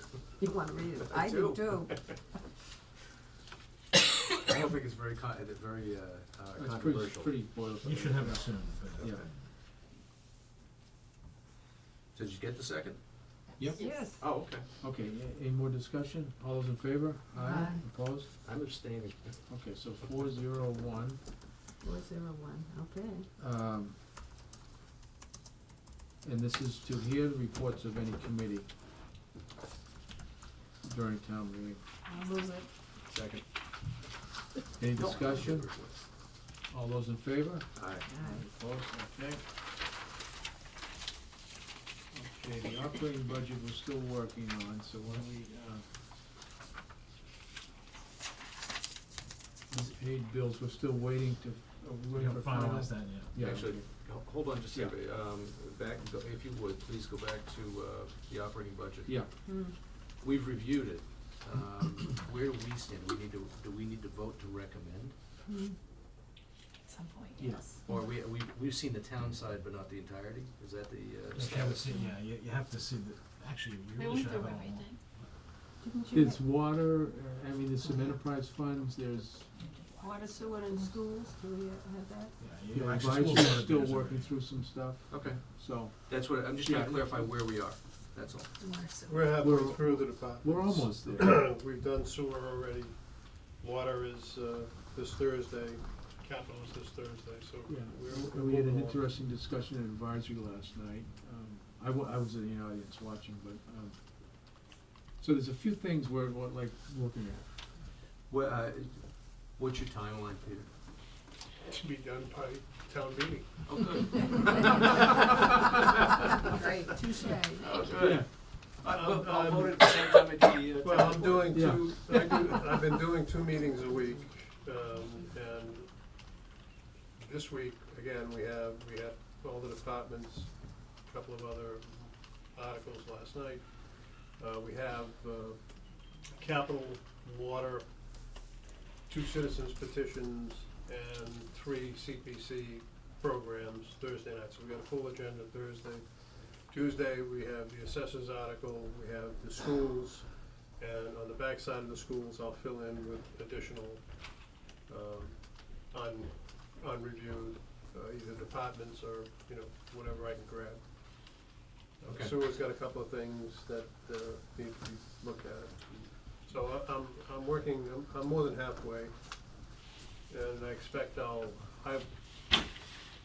I don't know, I won't have everything done by the 11th, when the warrant has to go to print.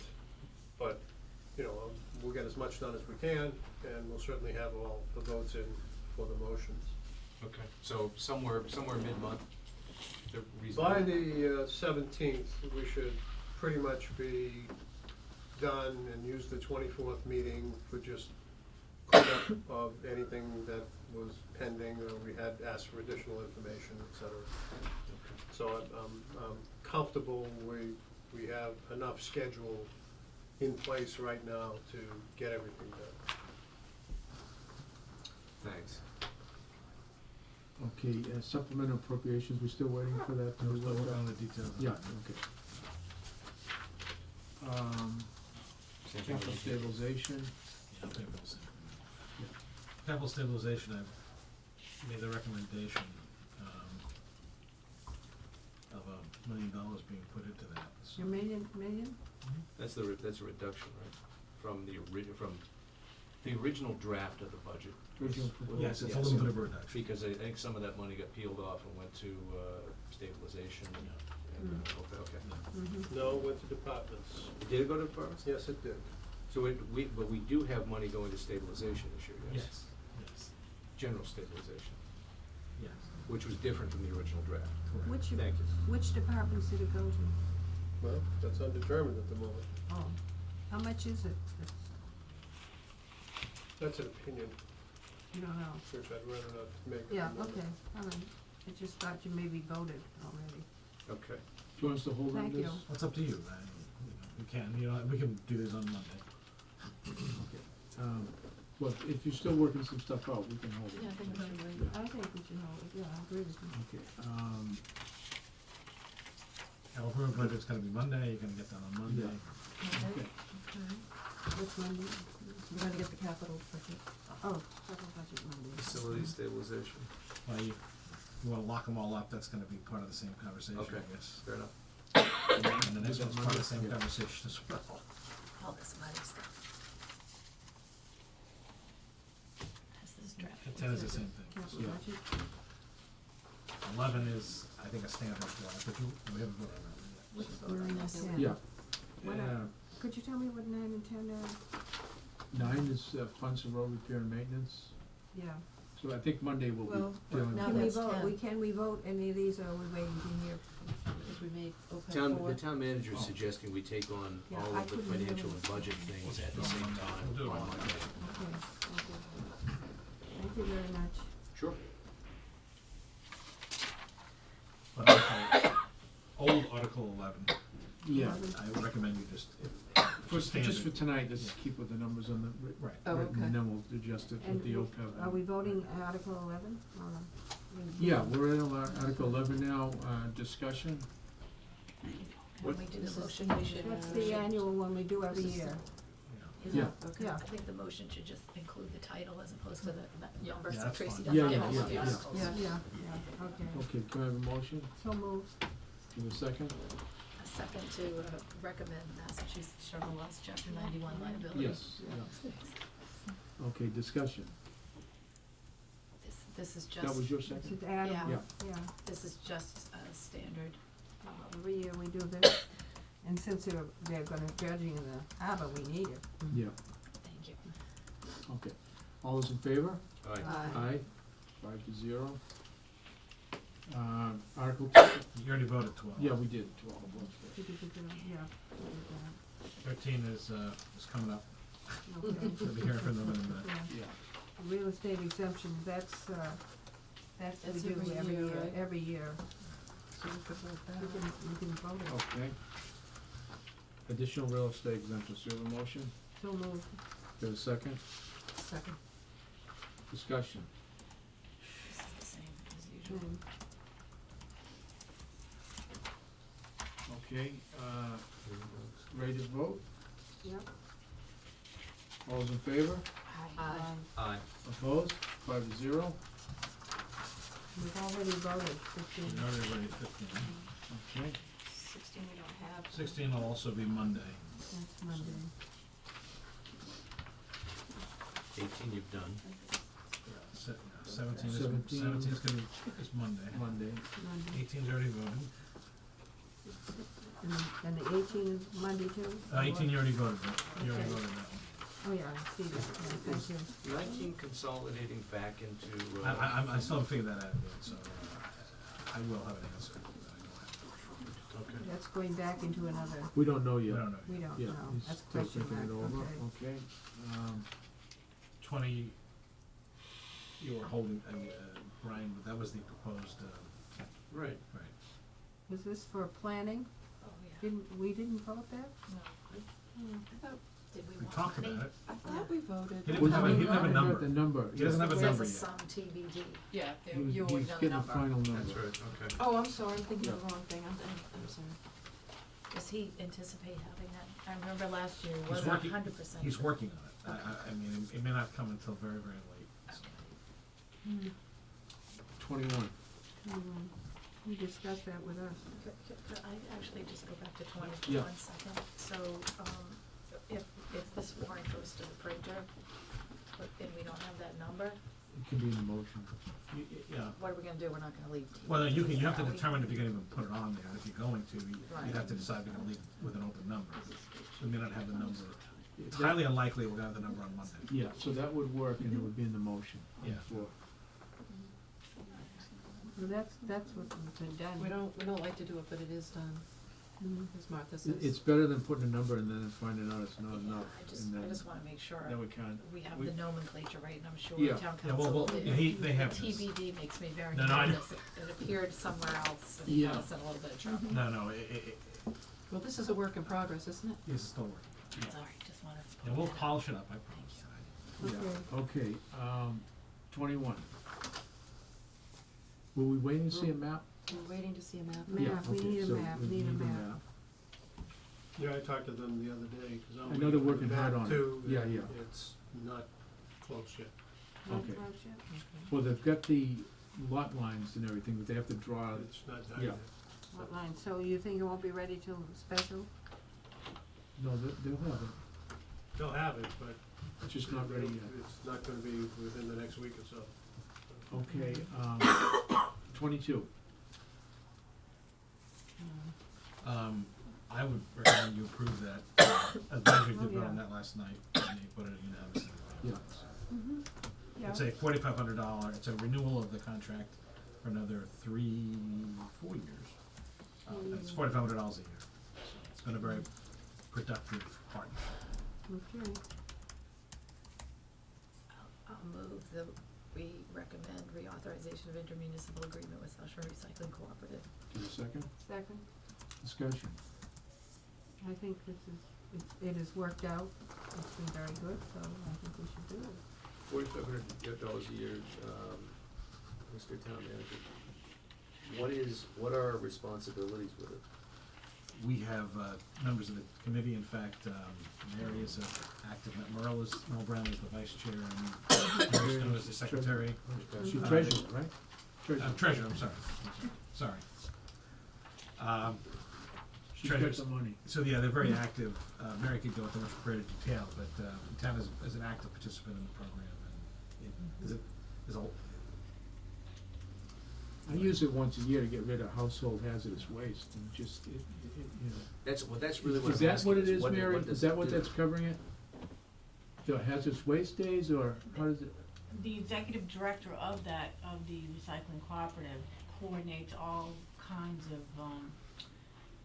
bids, contracts, so that all the towns that are involved and pay this fee can benefit by a multiple town regional contract to get rid of their electronics and recyclables and blah, blah, blah, blah, blah. Say no more, yeah, vote this thing, right now. Okay. No, thank you for explaining, I didn't Yeah. realize what it was, Yeah. what it did. Okay, so we have a motion, we have a second. All those in favor? Aye. Opposed, 5-0. Placeholder. well, 23 is, you're still in conversation. Yeah, Yeah. okay. Zoning bylaw. 24.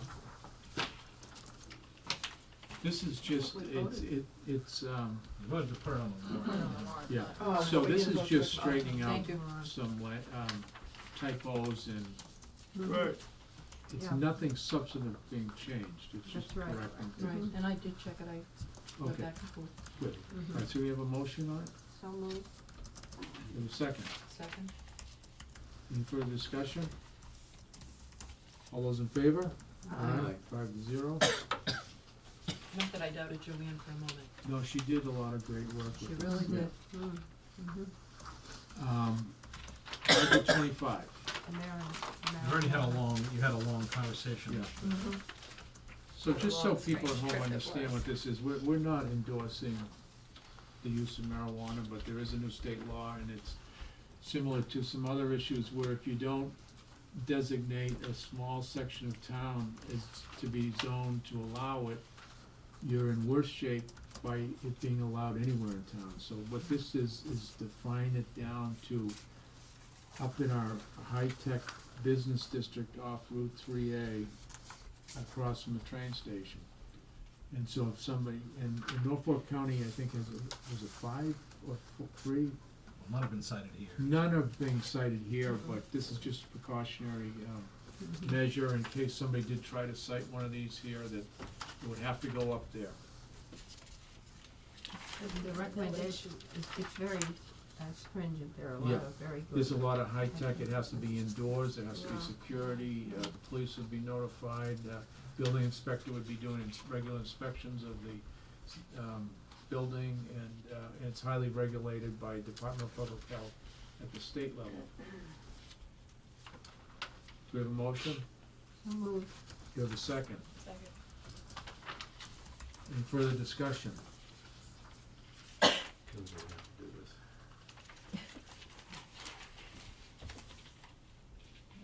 Any discussion? Okay, all those in favor? Aye. Opposed? Is it 5-0 or Yes. 4-1? Okay. No, it just kills me to have to do it. I I know, I recognize know. I it's understand. Well, it's adherence to the laws. I think we're just making it clear we're not endorsing it, it's That's just right. protecting the town's interest. I think it's the hardship cultivation that happens. Well, I wanna thank the planning board for doing a lot of work on this, they really, Yeah, they really really did. did yeoman's work. I went to several meetings Yeah. on this, and they really. They looked at it from a lot of different angles, and so I think I'm confident about it. Article 26, expansion of the Central Cohasset wastewater sewer system district. We heard This is a them. citizen's petition, yeah, we heard that, we haven't voted yet. Why don't we vote these citizens petitions, another night and take the, town hall? I think they're ready. David, are you ready? Yes. Okay. We're all set for you. How'd it go earlier?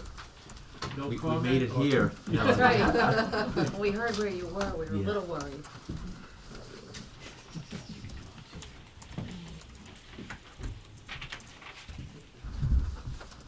Mr. Chairman, is this a separate article? Yes. Yes. Yes. this is- The town hall, Which number? 13, Thank the you, old 13. thank you. Yeah, based on your recommendation, yeah. Get everything set up.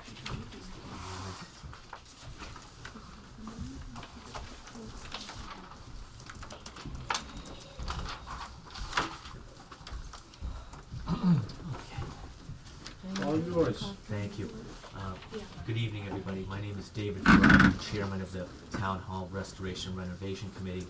With me tonight is Eric Clues, the architect from HKT Architects, who helped us in doing the feasibility study, which was our charge, and the final copy has now been printed and has been distributed, I know, to the selectmen, and slowly making its way through email if you can download the 247 pages.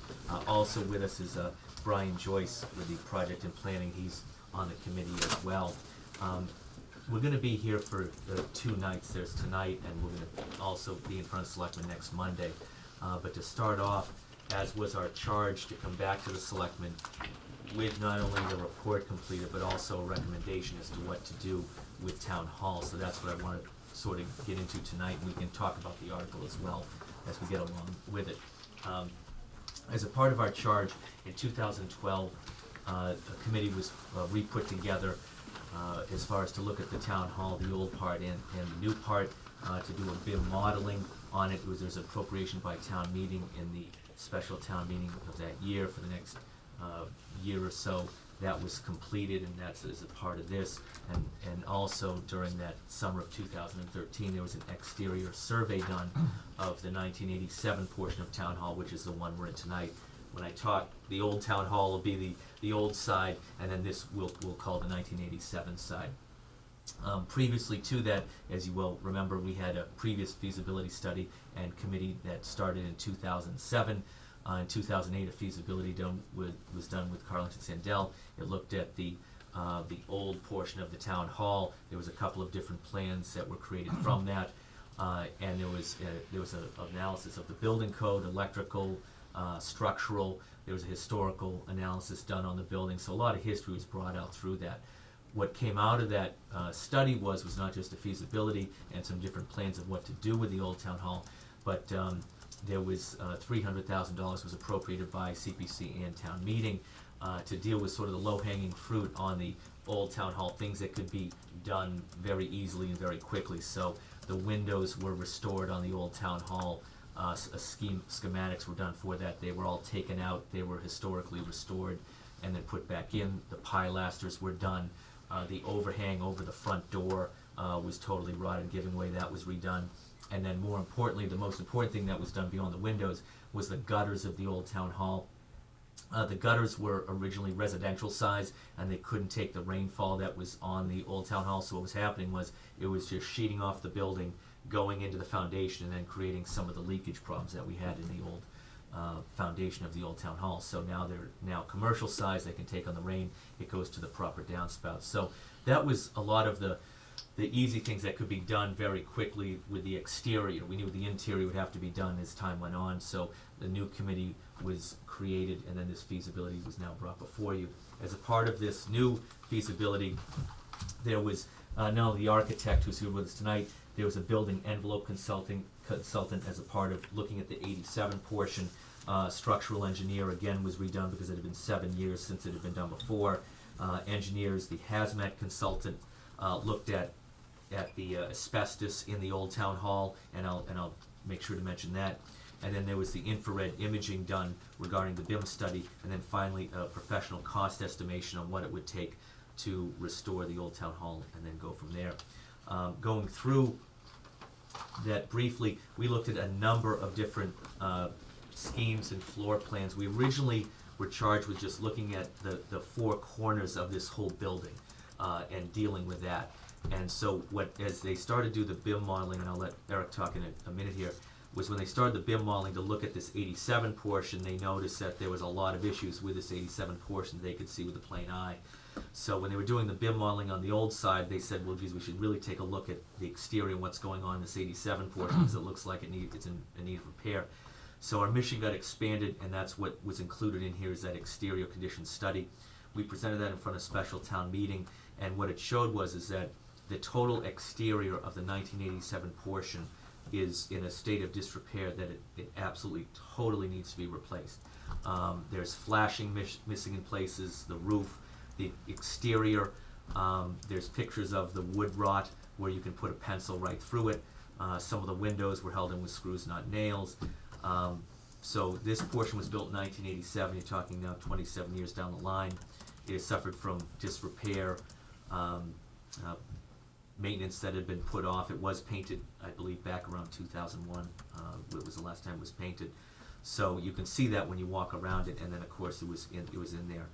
So what I'd like to do before I go further is I'll introduce Eric to maybe talk about the exterior conditions survey just a little bit, and then we'll get into the different designs and go back to if that's okay with the committee. Fine. Just briefly, we've done a number of projects that involve sick buildings, and this, the results of the independent survey, someone that we hired, come to the point where this is going to be a sick building in due course, just because water's getting in, the insulation is wet, and there is rot, and you can track it all the way through. That being said, with all due respect to the designers of this building, who are personal friends, as they would be in the business, you know, there are a number of things about the building that just don't work. It doesn't match up with the floors in terms of the auditorium and the second floor of the old building. And the attempts to make it work resulted in a very high and massive building with a lot of wasted space. And so just in terms of the committee's work, people, the members of the committee and members of the public reacted to that, and the conclusion came that we would be far better off to replace it than to try to modify it. And we do have a scheme. We had done close to 13, I think maybe we're gonna do it a 14th, schemes looking at this. We looked at renovating this building. There were other issues that came up in terms of programming and the need for potentially a third precinct that pushed the decision, I think, to go towards what we called the D scheme, and I don't want to get too far off. Yeah, as a part of the exterior conditions here, as you know, when you get to the basement, the heat either doesn't work or sometimes work or never works. I mean, it's very cold down there, let alone the heating issue. You've got possible mold issues because of the water seepage and the like. But the estimate on just doing, and maybe what I'll do is just have Brian go through the different systems, because it does get into the exterior as well. But most of the, in all of Town Hall, being the 87 and the old side, all the systems are either at the end of their life or past the end of their life at this point in time. So there's a big cost to inaction if we don't try and move forward in some way, shape, or fashion and do restoration on what we have. But we did look through a number of different schemes, which is in the report, as far as configurations of staying within the four corners of this whole building, and seeing if we could renovate the 87 portion side, restore the old side, and configure it. But every time you do that, you have to remember you've got to do it with not only functionality, you have to deal with the ADA, the Americans with Disability Act, and making sure you've got the proper access. The main problem with the 87 portion, to boil it down, is that when they did it in 1987, and it was done for $1,096,000 and some change when it was done in 87, was that they configured it to match up with the floors of the old town hall. Now you think that would be a good thing to say, we'll match up the two levels. Well, as you know, walking through here, it's very high from the first floor to the second floor. There's almost an extra 7 feet between the first two floors. And then above us, there's almost an extra 10 feet regarding what's above here to the roof line. So in actuality, what happened was the town paid for a 3-story building, but only got 2 floors. And so and that's because they matched up the flooring to the old town hall. And then when you get into the materials, you're dealing in 1987. The building code was different than what it is today. The materials are different. Obviously there was wood and different grades of it, but you didn't have some of the things that you have now, like there's hardy plank for exterior. There's all sorts of better schematics to build things stronger and more energy efficient for sure, and to build it stronger. That did not exist at the time in 1987, which it does now. So when we looked at what we also said, and beyond our charge of looking at it in a comprehensive manner, was to also say that you want to do it once and do it right, and get the town hall so that it's going to last not 20 years, but it's going to be in that 50 to 100 category with the proper maintenance going along the way. But part of that is the materials that you're going to use, and that you're going to try and use materials that are going to last the longest. So for instance, on this side, just by the exterior, if you used a hardy plank, which is partly cement, partly wood fiber, you're going to get, instead of having to paint the town hall every 5 to 8 years, it comes painted, it lasts for approximately 20, give or take what the rating is from what company you get it.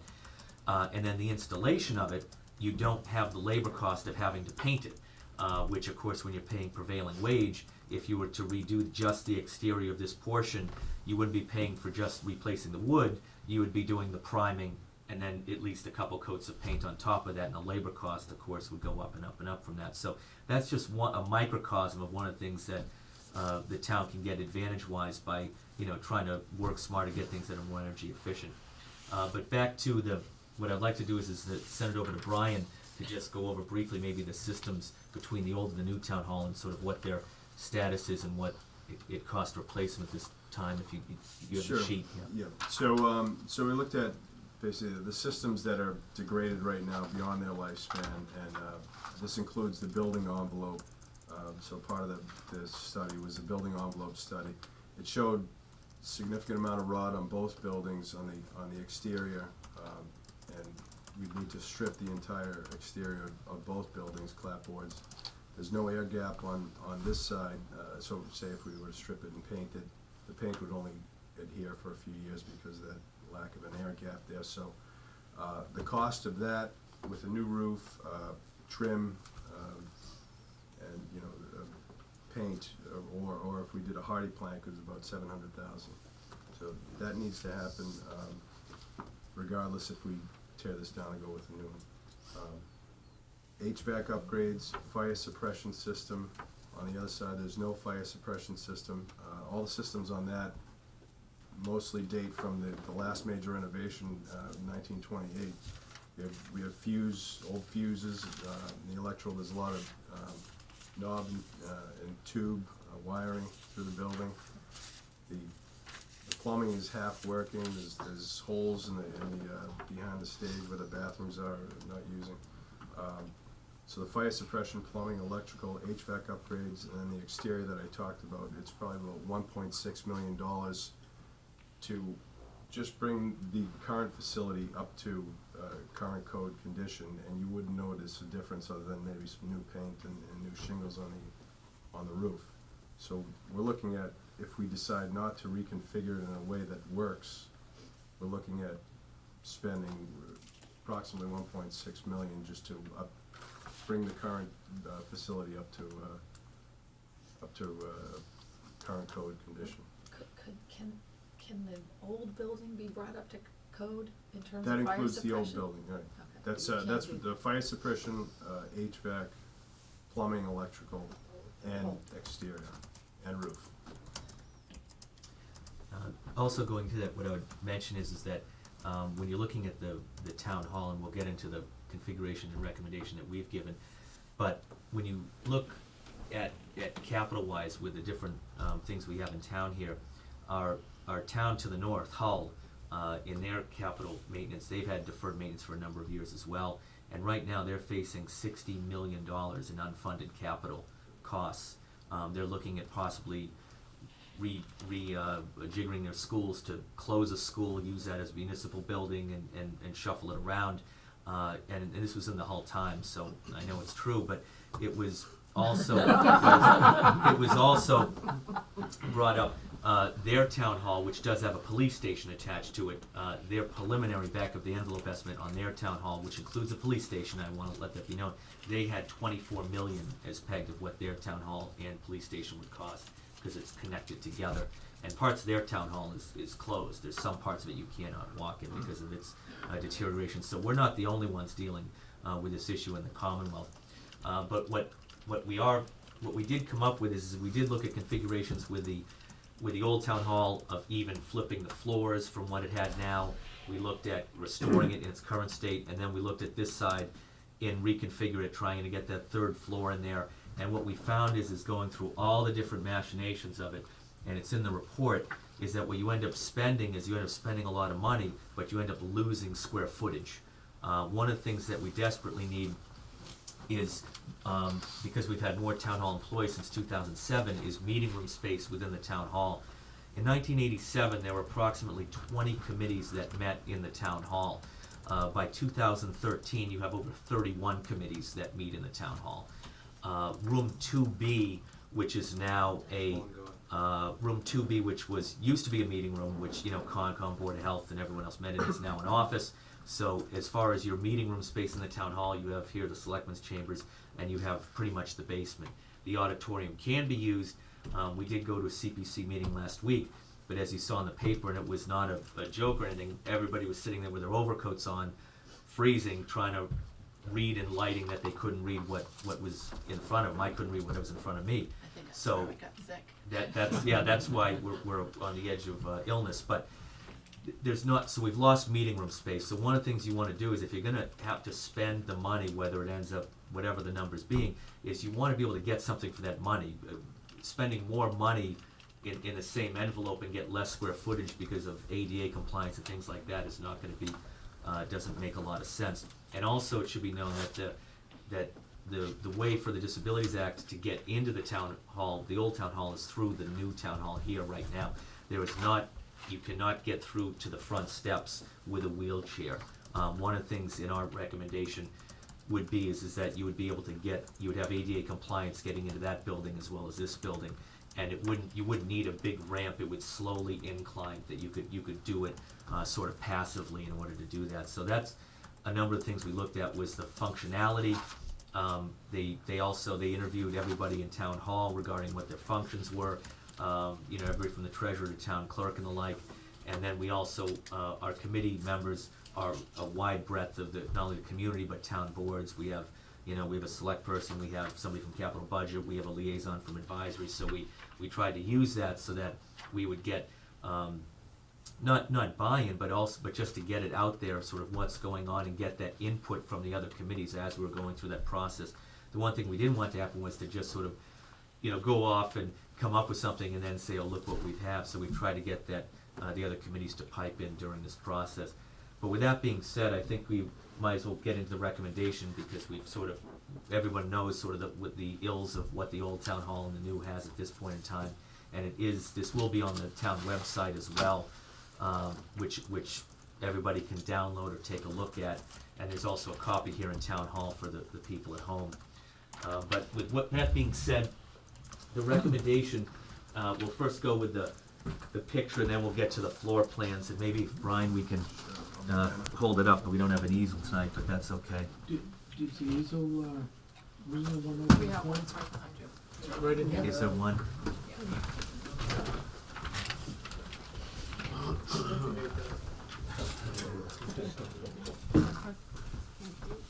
David, Yeah. quick question. Yeah.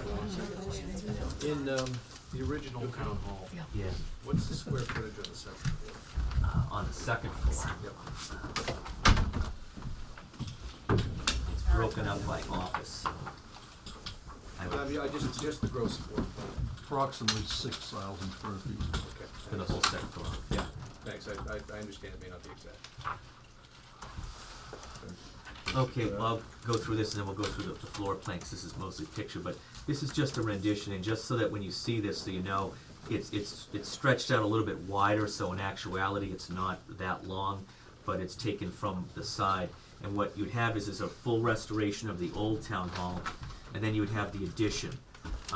Instead of connecting it with the floors, you would have it connect to this transitional space, which we'll get into when we get into the inside, and then the front entrance would actually be from the side. One of the issues with the town hall here in the 87 portion is that the front entrance, everyone who parks here uses the back door to come in, not the front entrance. Only during the day do people actually use the front entrance. So this would create a real front entrance that people come in and out of. And also, by doing this, as I said before, if you look up here with the configuration, the current town hall jets out approximately to here, sort of halfway through the parking lot. So you cut off a lot of parking. With this configuration, because you're cutting it back and going more front to back, and that's presuming that the site plan, the building envelope is correct, you end up gaining approximately 10 to 20 parking spaces. Now, we know that, the selectmen, you've been looking at the town hall parking as a whole, and we realize that, a lot of people park over at the community center to run in and out of there, but when you're looking at, in totality of the town parking situation, you have to take in the town hall parking lot into account as well. So if we could squeeze out 10 to 20 more spaces here, that will help alleviate things that happen on the common. So when you have, whether it's the art festival or things, or farmer's market, or you name it, that happens in the common, it would certainly help alleviate some of that through the years. And then it would also, if you've been here during a very busy selectmen's meeting or anything else, you know that there's no parking and everyone's stuck parking around the common, so it would help take that away. So this is what the site plan would be. You'd have that transitional space, and then you would have, so it would be 2 floors and then 3 floors. And then this is just sort of a rendition, but it would be obviously tightened up going forward. But that's sort of what the general picture would be going forward. But to get more specific is the actual floor plans, and I'll make that, I'll try and fly through it quick, because I know you have a number of things tonight. This is the basement. We'll start here. You've got the town hall basement right here. It would remain intact. You could still use it for storage. The cells, the 2 jail cells would remain there and just be, I don't want to say fully restored, but they would just remain there, because those are some of the original jail cells in the town. The dressing rooms would be redone.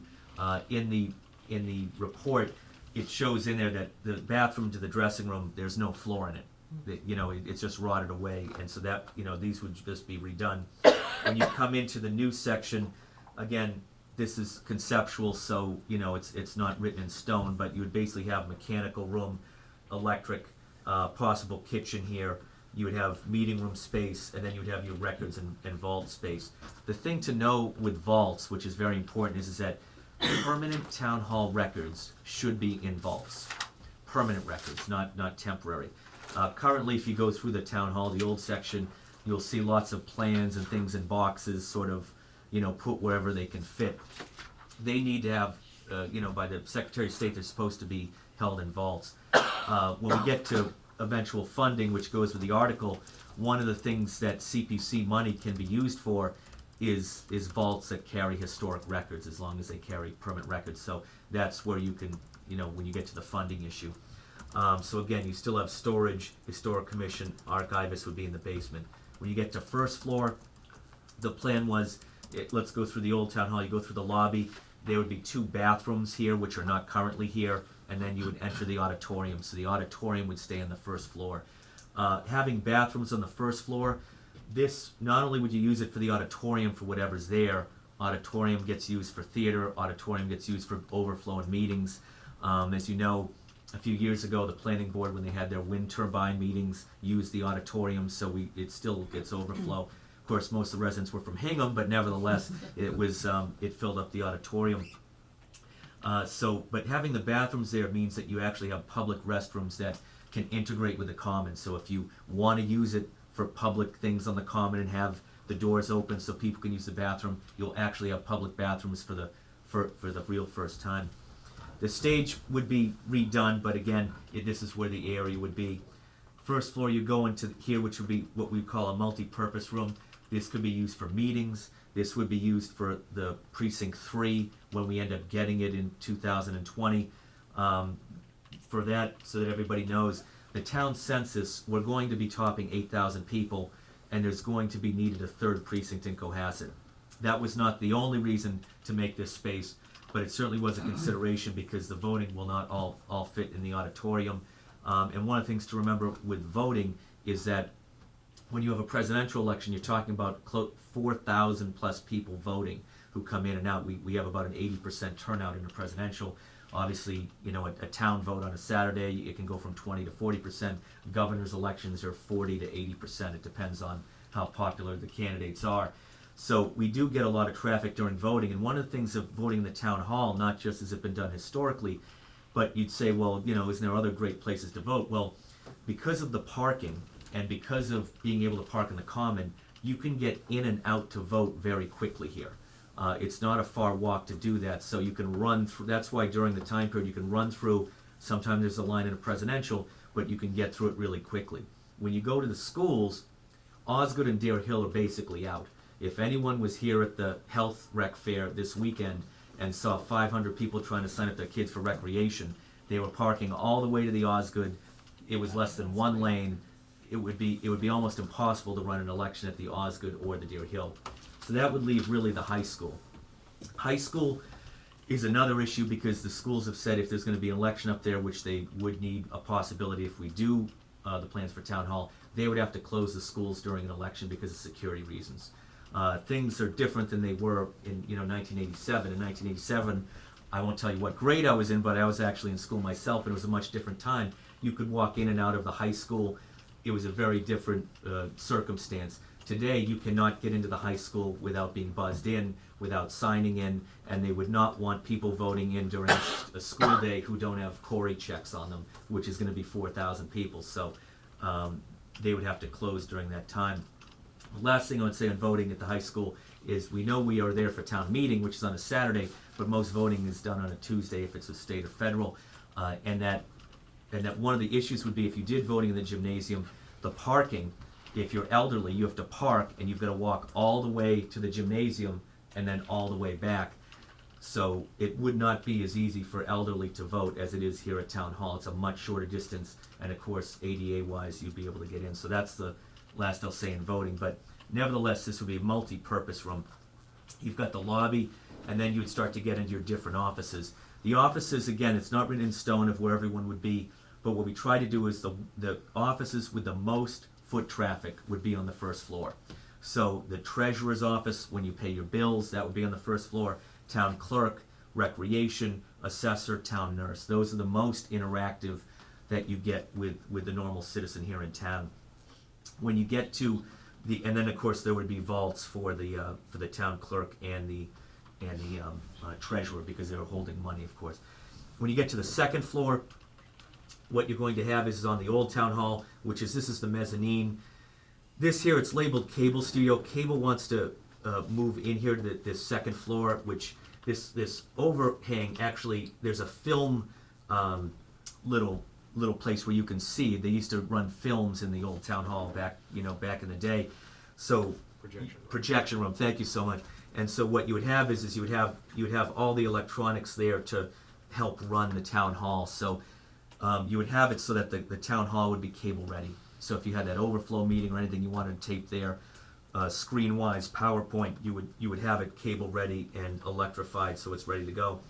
The front mezzanine, which used to be the Selectman's chamber way back when it was a town accountant's office for a while, that would be where they could run the cable studio, but that would be, again, when they did interviews, things like that, it could be used for pretty much anything else. You still have problems because of the space for a public meeting or something, even with a lift there, because it's just so small. Would ADA solve that with the lift? Or- Yes, it Yeah. would. It would. I mean, you could use it for other meetings or events or things like that.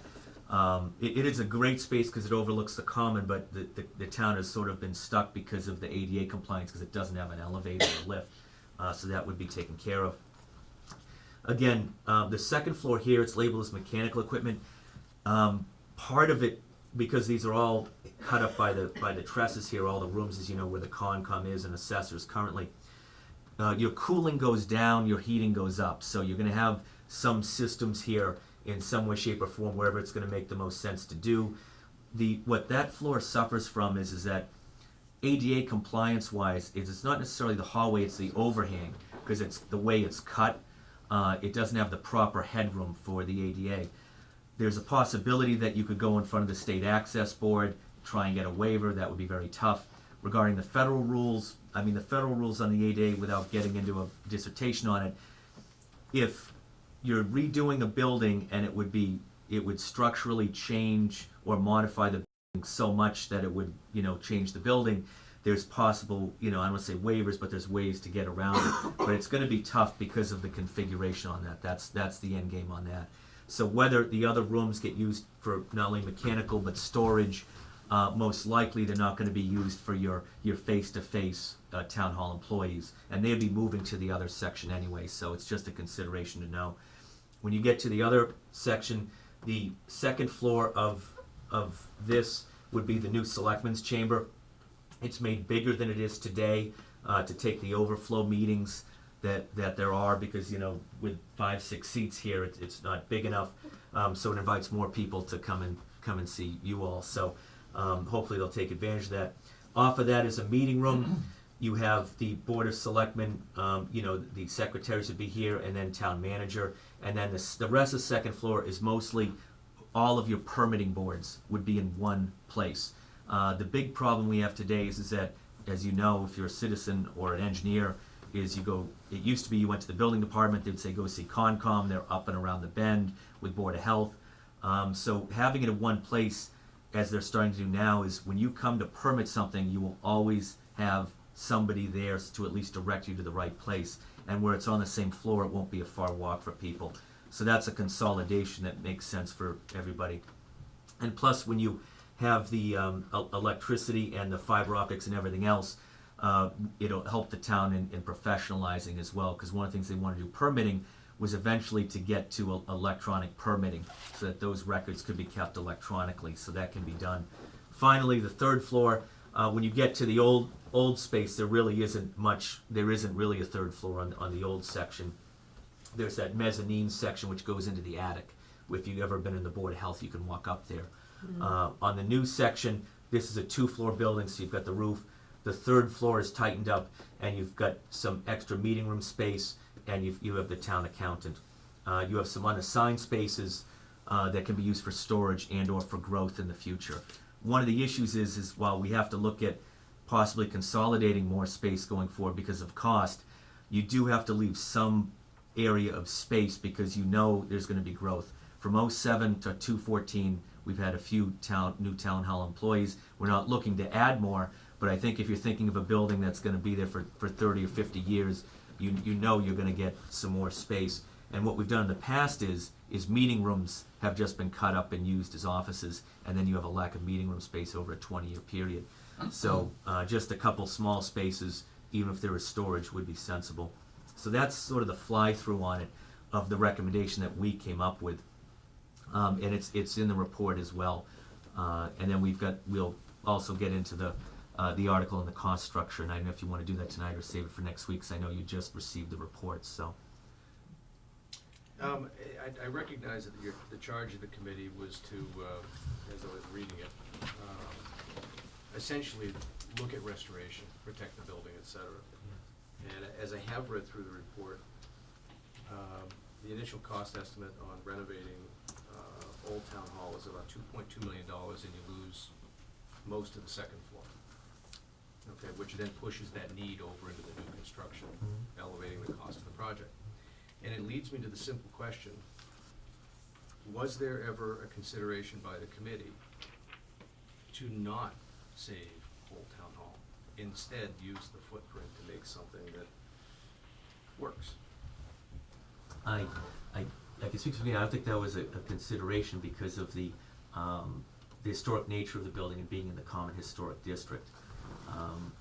And through the previous feasibilities, so it wasn't considered to drop it. I know it was brought up a number of times by a number of committees, but the committee did not I take a vote recognize on it wasn't yeah. your charge. Yes. That's the reason I'm asking. Your committee had a specific charge which did not include that as an option. Okay, but I'm asking simply because when you look at the cost structure, to me, the demands on this town in the future for capital expenditure are going to continue to grow. This is but one of them, all right, and that's the reason I'm asking. I agree, it's a pretty old building. It has a lot of things to enjoy. The question I think the town will have to ask itself is it worth spending a sizable sum of money to preserve the first floor for public use and the second floor for limited public use, but then forcing the construction of in the new building, a third floor. That's what I'm asking. And I recognize it was not part of your committee's charge, but I'm wondering if the consideration was made. It sounds like it wasn't one of the things that you would have addressed. We certainly talked about it, like we Speak up. bantered it about, but we have appetite really to promote that conversation. Well, and again, as I said, I understand it is, it wasn't the committee's charge. Maybe we did discuss it, but it was not. Where we were gonna go. And also when you were looking at funding, whatever funding mechanisms you're right, you're talking about 2.2, 2.3 to renovate the old town hall, if you just take that. The funding mechanism for that is you would be looking at community preservation funds, and then there's opportunities to get other funds as well, and so that's why it was more attractive to try and keep it as well, because I recognize that, but keep in mind that community preservation funds ultimately come from us. The state matches, but where did the state get the money? From us. So it's eventually all our money. And that's, we've got to cut through the reality or the fog of assuming it's another pot of money. Sure it is, it just came out of a different pocket. And that's why I'm asking the question. I recognize that we are forced to consider demolishing the building we're sitting in, primarily because we never maintained it. No, we didn't often maintain it, we just never maintained it. Occasionally a slap and coat of paint, and that was about it. And we're paying the price for that. And it may be an accumulated price. But when you look at that in tandem with the other building, I don't think anyone would argue that the need for addressing here is long overdue. The question then becomes, what is the best application of funds? Since, after all, it's the citizens of the town who are going to pay for it. I have a quick question. What is the height now and how short is it from meeting the requirements over in that old addition second floor? Is it a ceiling height that's the issue of There's a the hallway width as well. No, on the second floor, Yeah. there's a corridor that by ADA is too narrow. Okay, And that corridor is defined by the steel trusses that were installed in 1928. Okay. And those trusses carry the load of the floor. Okay, And as you realize, as you envision a truss like on a bridge, you've got cross bracing like this. okay, yeah. And if you walk into the hallway, you will see that that bracing interferes at the ceiling. And the code is that you have to have 6'8" clear to any obstruction. Okay. And I have to duck walking So in, it's the and I'm like corridor 6'8". itself and its major structural holding everything up, so you can't touch it, is what you're. It can be, no, it can be modified. Okay. And that, Modified, there is a so it's in price to actually modify that, Okay. yes. But then you get to the, the structure of the building, so that's what's holding up the second Yeah, floor. yeah. So, as I said, we put that as mechanical on there, but, there might be some options, but most likely, there's not a meeting room over there now, because it's been used as office, so if you're moving the offices to the other place, then you can possibly go to state access board and try and use it for storage, use other uses for it. Yeah. But, the more intensive the use, if you're gonna post a public meeting, the more open you have to be with the ADA. That's it's sort of an open funnel that way, so the more usage you get, the more intensive scrutiny you're going to get. Yeah, no, I've been there. To Steve's comment, I had, the same thought, that's a big open space that's used for the drama club and for voting and, and could that be incorporated into it? But I think when you take the historical nature of it, that's a hard road to hoe with the public. I also think that, and given David's comments this evening about the needs, for space for voting, if we didn't have that large space to use for precinct 1 and precinct 2 for voting, where would we put voting? I'm not for a moment suggesting that you don't work with that. The question is whether or not it needs to be historically renovated. And that is a question for the town. And that's as an example, what if you've simply reconstructed the remainder of the building and held the facade and made the rest of the original town hall architecturally mimicking what is there now, and then continued on with the remaining space the town hall needs? How would that differ here, and how effectively could you use that space then? I don't know the answer to it, but the point is the committee never had the charge to do that. And the question that I have is one of cost. This is an $11.5 million estimate. That's beyond the appetite that I can put forward, and basically, when I do the thumbnails on commercial construction, including prevailing wage and so on, the number is a lot less than that. So, I'm beginning to look at this and say, something's not ticking with me. I don't disagree at all, fundamentally, with the need to do something. Because if we don't, a spare spark is going to, okay? But the question then becomes, what is the best application, the highest and best use of our funds, not the buildings, but the funds, to create the space that we need? That's all. That's the question. I don't, by the way, have a preconceived answer either. Yeah, I just say that because then we'd have to find funds to build someplace to vote, or we'd have to enter into some agreement with the. I do believe that, Are you talking about just the second floor, not the first floor? no, You're actually, talking about the whole thing. I'm thinking the footprint, but having said that, again, I asked David the question because I wanted to know what the committee had contemplated, that's all. And then, recognizing that the charge doesn't ask for that, the charge asks for preservation, so. I'd like to ask a question on the whole system of ABCD. I notice in the ABC, you keep move the offices down and put the auditorium up. But then in D, you tell us you can't have anything upstairs, that it isn't good. Why is it good construction having the auditorium up there and not the other way? Because I think you lose an awful lot of space for offices and whatever. If I may, option A is the only one that suggests, option A was the full renovation. Yeah, As that's what is, As as is, is. yes, I understand that. And option B was to reverse and put the Mhm. auditorium Yeah, on I the know. first floor, Yeah. or excuse me, on the second floor. And the others, B and C, are just variations of that Mhm. same I know. theme. Yeah. Because I think the consensus had been that from a functional standpoint, having the offices on the first floor worked very well for town hall. Not necessarily for voting, but for town hall.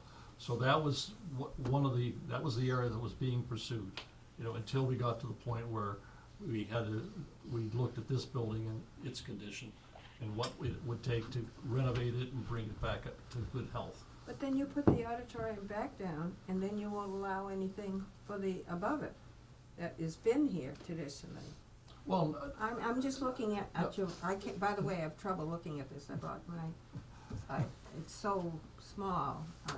yes, we could get you stamps. larger copies, but what that report is saying with regard to not using the second floor on the main part of the building is that it's not built into the costs. Already, you've got a project that. Well, in other words, it could be done, but you're not using it, is that correct? That's correct, yes. You would have to put a full elevator in there, and the other thing on the trusses, I just comment that the trusses, I forget what the distance is on center, but they're fixed laterally, so you can't move the walls up there. So you are very restricted in terms of how big of a space that you can have. If you look, there are So, some connecting doors. When and- you build the floors, then they must be leveled to that. They'll be just as they are in D. I mean, they go upstairs, it'd still Yes. be the same way you go up. That's right, it's not changed. Well, is there any other way you can, no, you'd have to build a second elevator. But they have an elevator that did do that, that means you're moving the elevator. Yes, I mean, yeah, the elevator does connect to that level now. Actually, there's a, Yeah, Two A and a two B, yeah. 2B, it connects. So if you left the elevator there, you could still have offices there, and it might cut down on the square footage on this. Isn't the addition. issue, once you start construction, you have to meet ADA, so. Well, but you would meet then that- ADA if you did that. Well, you'd have to rip the whole floor out, right, and the truss out in order to fix it. But it's already there, You the wouldn't elevator. gain a lot of space because Your elevator's already there. We're using it now, and we pass ADA. And if you could We don't still pass use. it. You Don't pass it. You don't pass it. So basically, the width of the hallway would need Oh, to it's be the width of the reconstructed. hallway. You need to You take got the another walls, project right, and the problem trusses are with- built within the walls, so we have an idea how the cords are framed, but we really don't know. We can't see them, we can't put eyes on them. It's probably channels with rivets and. Well, there has to be some way to use that, I mean, I think that might be a deterrent for people voting for it, that's all. It seems like a big area that you can't use, and there must be some way we could figure it out. That would definitely be to be determined, because you'd have to either go to the state access board or some other way to see what you could do with those up there. And the offices are generally small and like I said, storage and things like that. Well, you but- could have but- meeting rooms or something, yeah, that's what I'm. Well, I To- think, Martha, to your- what they're pointing- Storage, I mean, you have other things that are storage in some of these things, you could use that for storage. There are other uses beyond, having, an office for people. I think there's many things down here, as I tried to see, because the print is so small, but, there's other ways of configuring things around. To your point, if the elevator were to stay, even if you tore the whole building down. Yeah, I know. And still kept the elevator, yes, you have access to that floor, and you could, to the second floor, and you could, use that for. You could use that for different reasons, and not for the offices, but you've got, meetings, you've got different other uses you could use it for. I would like to see some use for something, not just not Won't use it. a part of it be used for mechanicals? Oh, yes. Well, yes. that's true, but I mean, there's storage, you could even the vault and stuff like that. Put things up there and cut down the extent that you're building. Because the square footage is what's driving the 1.6 million or 9.6 million, and I was looking at the square footage to try and consolidate a little bit, if you could put some of them in there. and downstairs. I mean, The- there's a the- lot of excess stuff. The big driver in terms of the added square footage is having a multi-purpose space, which could be a voting space for the, third precinct. That's the major difference Well, between. you've got that in the first floor, I mean, the entryway does, you've got that room down, let's see what it is saying, concourse. You could, use that area, cause it'd be contiguous to the auditorium where you're doing the voting. And that whole area could be used for precinct 3. Isn't that possible? Which is it. I think Yeah, that's what that's- you said. That's all right, That's the but- intention, yes. Yeah, well, That's that's the the intention, well, I'm No, I not just- talking about that room, I'm talking about the offices, cutting down, if you could, some of the storage areas that you're talking about, or vault rooms, there may be certain ways you can cut down the. I think what I'm hearing is Martha's looking at, is there, Square we have footage. mechanical there, is there some other Yeah, utility we could make out of that space? mhm. as an I would option? just make, just make the comment that, you know, this is a feasibility study, not even a feasibility study, but it's a working document to help the community and your committee to make informed decisions, right? So when you get into and it's conceptual, right? This is on the outside with all the ideas that we've heard and all the concerns we've heard, this is the project maximum.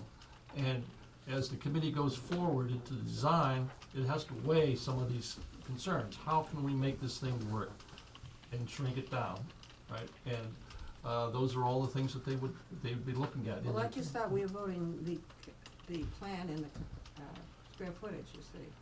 And that's what I spent about 6 or 8 hours working on. Well, this helps us to understand all the trade-offs that you've been looking at over all this time. So we understand what they're dealing with, and the idea would be we would go forward with design would be picking one of these options to a certain extent. We recommended, D2. D2, D2, which was yeah. in there. But, as we said, that's a concept design, and when you go from your soft concept design to Yeah. hard design, Mhm. that's when you, make some choices as far as trying to minimize costs, trying to, tighten it up, do things even more effectively than you can, because you have the design team to do it. And then you can, because what we did with there was a couple ways to do it. You could have either come to not only the recommendation, but to town meeting and everybody and said, here's the whole project, this is what we think is the cost. And what ends up happening is that you're gonna have to design it for 6 to 9 months. So your cost estimation is gonna be stale if you had it dead on saying, this is the bullseye, this is what you wanna build. By the time you get through designing it, and then you go to bid it, you're 6 to 9 months, you're in another season, and so you're stale. So we didn't think that put the town in the best position to be in. When we came up with the article to do the design fees, we'll get into the costs and things, what we said was if we did the design, which would be very intensive, you have to go through everything with a fine tooth comb and what you're gonna use for materials, and you have the project manager go on and on and on.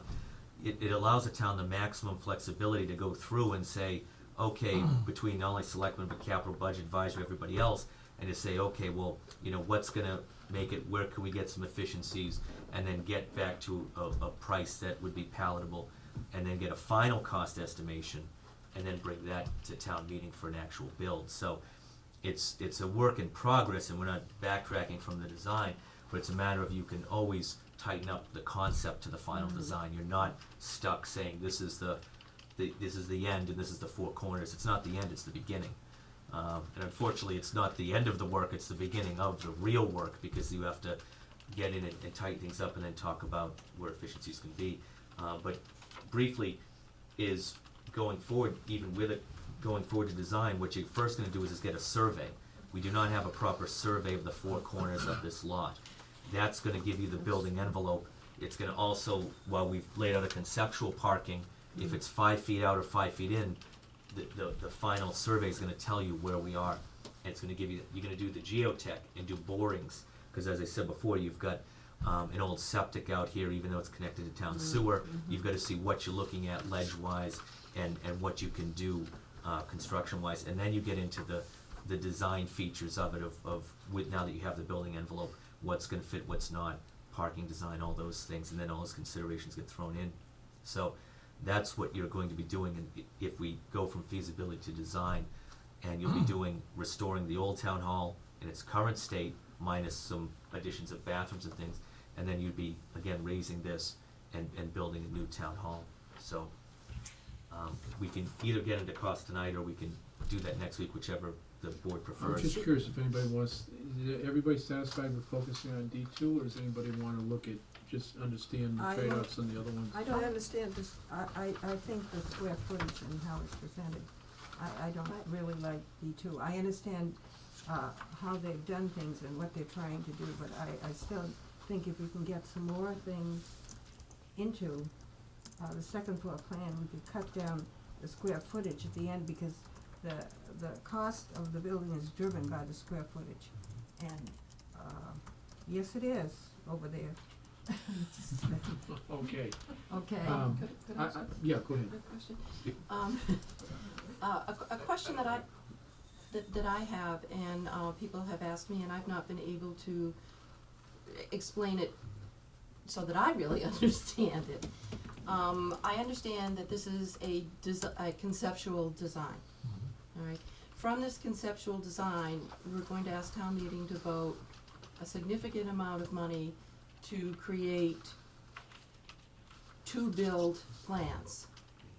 So, basically, what I understand, and please correct me if I'm wrong, is that while there may be some tweaks available here, and certainly all the, the mechanicals, and the materials that will be used and everything, that isn't even included in this.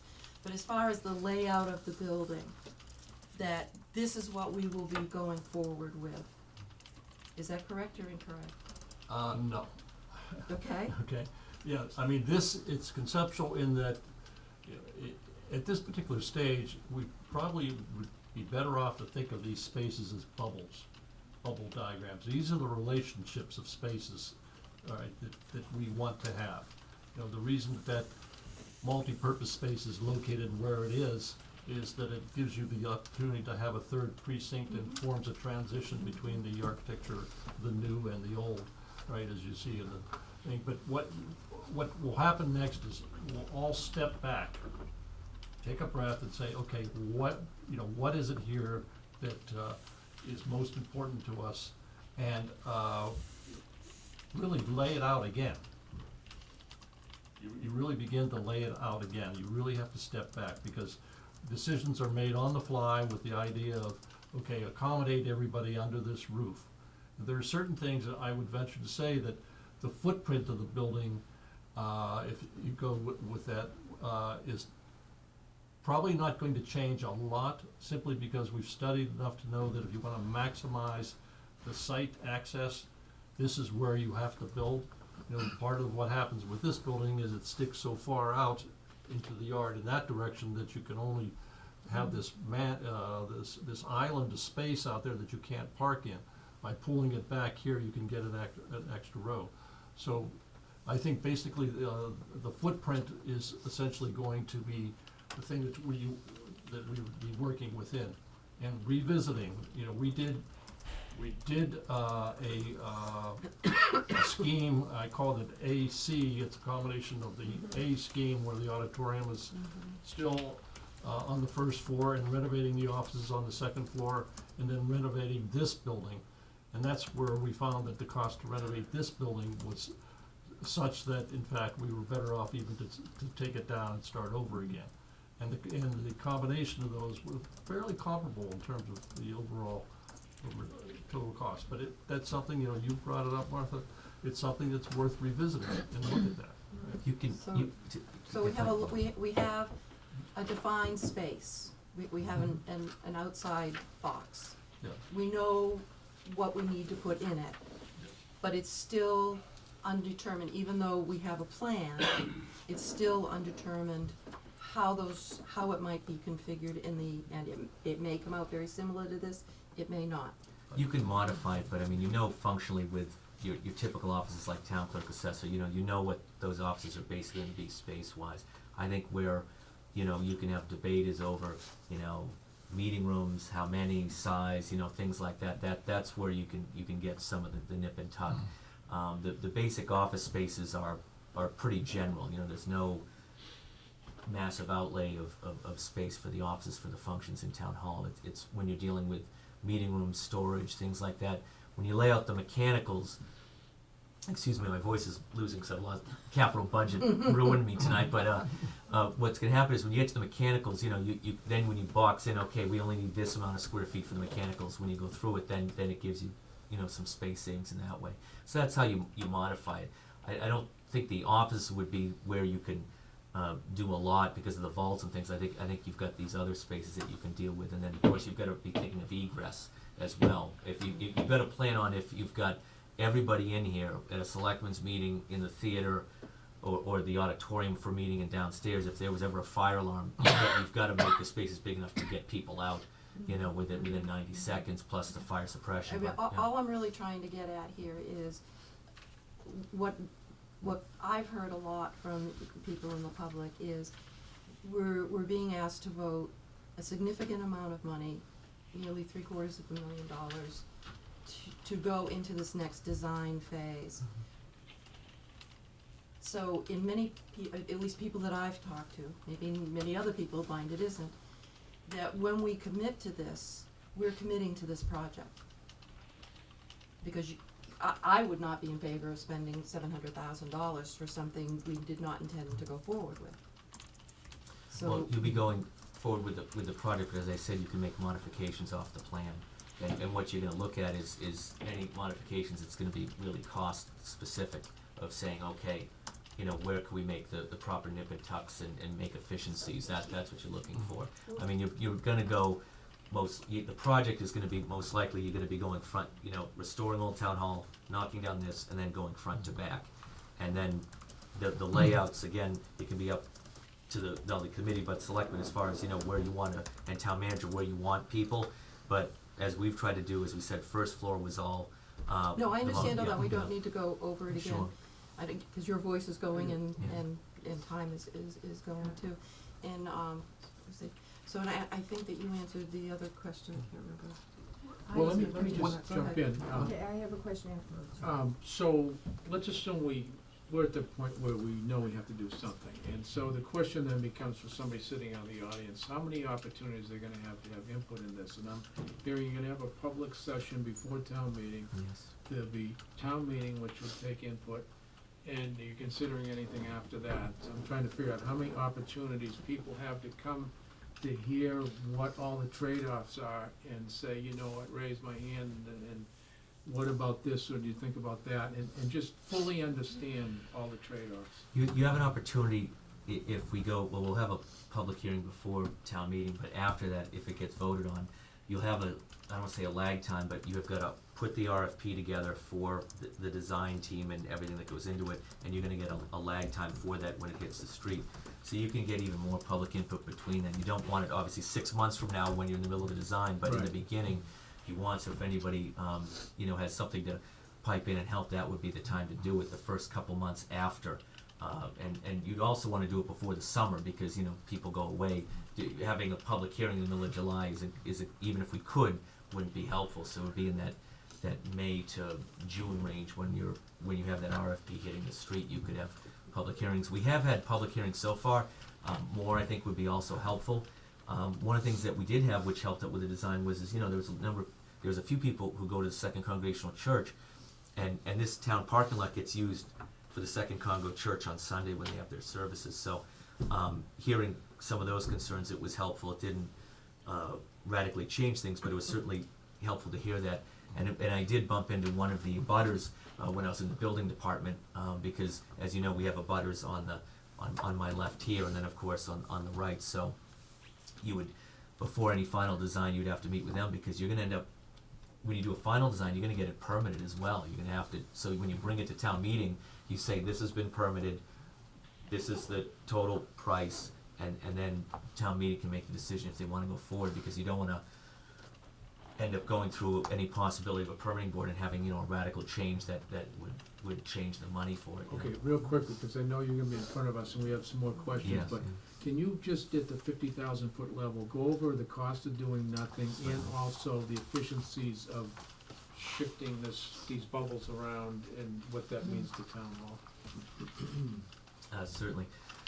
The cost of doing nothing, Brian went over it a little bit with the current systems, is you're looking at a minimum of 1.5 million to try and bring it up to code, and then you're just talking about the exterior over here. If I may Yes. comment on that, because I Oh, go ahead. see Yeah, my I mean, first time, that doesn't include any soft costs that would be associated with it. You know, somebody has to prepare some documentation, and you have to bid it,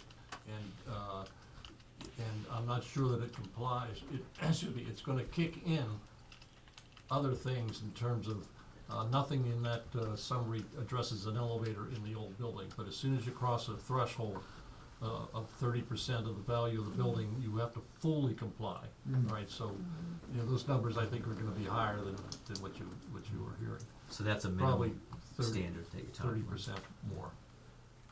Okay, I so wanna ask- Martha? Yes, are you gonna prepare a D3, or is this configuration cast in stone? The designers are gonna go and start from scratch. This is the So program. that this, you might end up with a D3, and we might have another plan? Yeah, You will have a Final plan plan, that'll yeah. probably be, in my view, probably a hybrid of all the things that you've seen in terms of A, B, C. Will we have D. that before town meeting when we vote? No. That requires a lot of design, that's Well, I what the know design that. process is. It's just so radical, D3s than the others. That's what my concern is. The other question I hear a lot, you did address it, was, why we have to tear the building down, which but the cost, and you said that it's pretty much a wash It's- between renovating it and we get no increase, Just to be clear, Yeah. you're talking about renovating this building. building. Yes, it's very close, it's very close. And that. So there's not like a huge savings if we were to work within the envelope of the building. Not a huge savings, but I will, if I may, one Yeah. comment. This estimate and the proposed budget has a lot of contingencies in there. And that's because a lot of decisions can't be made, until you get into design. And I think that, those are, I call those expectations, all right? What are your expectations for this building? Is there something that we missed? There's 10% design or 5% design contingency for things that we hadn't thought of that you might wanna do. There's a 10% estimated contingency. There's 15% right off the bat that when the RFP goes out and the building committee sets the parameters, they can say, well, as a former client of mine said, nobody donates money for contingencies, all right? But you do need them. I right? So- I could see all the contingencies in here, but I'm concerned that if the footprint was a little less, that would be saving money. It wouldn't, Yes. and that's where your big cost is the footprint. There's no doubt that it can be Yes, squeezed. I know, There's no doubt that it can be squeezed. yeah. Yeah, I think one of the big issues is that when you look at what was done in '87, and then you look to now, what we try to do is the most thorough job putting in all the contingencies and the costs and getting them out front. One of the That's very issues, as you good. know, I know everybody's been in town for a very long time, is there's been a number of projects that come to town meeting, and I've been there since I was 10 and a half years old, and you hear that you're gonna do this and somehow it's not gonna cost you money. You've seen that before on town meeting floor, that we're gonna do this project, it's somehow magically not gonna cost you money. But I think we tried to bring in the reality of this is what everything's gonna cost, down to the contingencies, the site planning, the geotech, the legal costs. We try to put everything in there and be as upfront as possible, and then we can work that backwards to say, what's gonna fit. But that's the way you have to do it. I think in '87 was the exact opposite, when you just sort of pick a number and say, we're gonna fit, here's a number, we're gonna fit that, this is what you get. And it doesn't work. You end up getting the 10 pounds in a 5-pound bag. So we tried to look at functions, putting everything in there, and then you can obviously, I don't wanna say try and squeeze it, but you can obviously modify it from there, get it to where you want it. But that's where the numbers come from, is putting everything into that bucket and trying to be upfront with it. Because that's what in the past, I know, we've had, well, this is the construction cost, but not the project cost, and that was sent to us by the financial boards in the beginning, is to say, look, get the total project cost out there, even though we know the construction cost is 30% less than that, or more, I wanna commend you on that, because I looked all through that, and it was very well done. I've read stuff like this before, and it's interesting, you even put the different furniture in every room, and I thought that was a cost analysis, so. Yeah, and that's you've subject done to your change too, You've but done your yeah, yeah. homework, I'm just concerned about the square footage. Diane's got a comment. Almost to that point, I think the challenge is gonna be obviously describing to town meeting what concept design is and letting them know that, you know, the only reason these rooms are designed, and even in here where the furniture layout is designed, is because in order for them to understand the kind of square footage that we need to at least work towards, they need to understand who's gonna be in here, and what desks and tables are needed.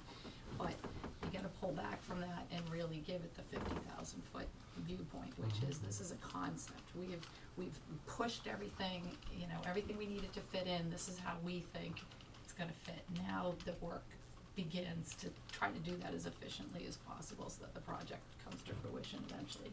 And going forward, if we get to design level, the committee and the charge is gonna change.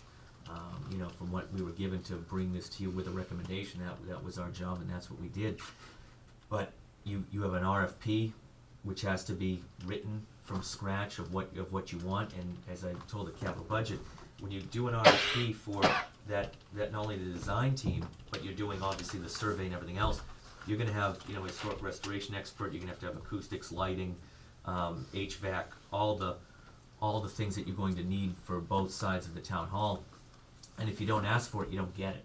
And so the RFP and how you draft it is very important. I know from when we did it in '07, we asked for those things. The historic restoration expert on the old side was very important because it not only uncovered the history of the town hall over there, but when you got to the restoration, they meticulously said, this is what we want for restoration with the windows. And that's what we got. If you just put in a bid for, say, give us restoration, you're gonna get everything from putting shellac and a coat of paint on to who knows what. When they took those out and took them off site, they shaved them down, put in new wood where they needed to. They had a very tight specification of what they had to do, and it came on time and on budget with that. And that's where the design, when you spend the money to do it and do it effectively, that saves you on the construction cost because it limits the change orders.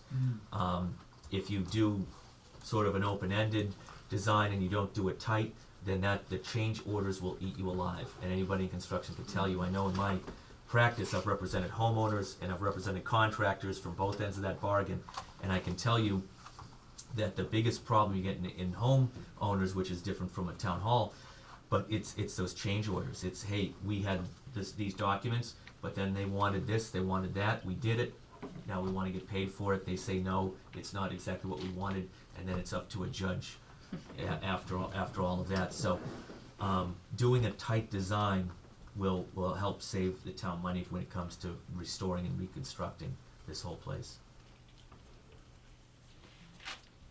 So with that said, as I said, we can either get into numbers tonight or save that for next week, 'cause I don't know what else is on your agenda. What's the That's up to pleasure of you. the board? Next week. Yeah, Next week, And okay. I wanted to say thank you to David and Aaron, who have put in so many hours of hard work and listened to a lot of people in town saying, well, wait a minute, I don't know if that office should look out over the common or whatever. I mean, wherever this goes, it's there's certainly been so much work and thought put into it. Yes, it's Thank very, you. If the very- board needs very any enjoyable backup reading. information or anything, I know everything was included in here, but if they could just either let us know through the town manager or with Brian, we can get that forwarded to you. If you needed a copy of the old feasibility or any other backup documents, we can get them to you, so for next week's meeting, Well, and we'll be happy to I do that. wanted them This full. document is very interesting, and it certainly is very informative, and I would encourage people within the community to go up on the website when you get it up there and look at it and read it and understand what is really motivating this. It isn't that we just want a pretty new town hall, it's that we have some very serious issues to deal with. And remember, it's a tool, A tool. the tool. It's currently on the homepage as well. It is on the home. Yeah, right now. This, That's Great, thank that's you for the 270 questions. pages. oh, Thanks. so people could go up They can tomorrow go and on see right it. now, yeah. Excellent, thank you, Brian. Thank you, Selectman. Yeah, it was on there this morning, Brian. I put it up first thing this morning.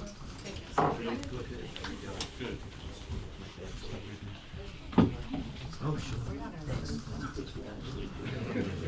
Hey,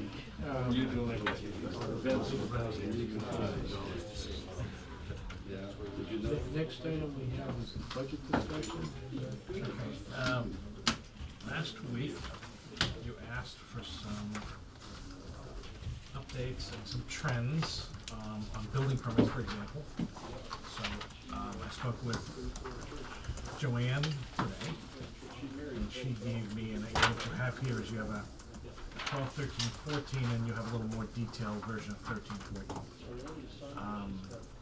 And as you can see, if you look at this version of it, while the number of permits are down from 2 years ago, the value of construction is up. Which means fees are up, but again, we're basically running on track with last year. We're within a couple $1,000. You can also see the generalized numbers. I'm gonna work with them to get this more and more. There's also, by the way, I have a permit by permit spreadsheet. I don't know if anybody wants to see that, but I have that. What's tents?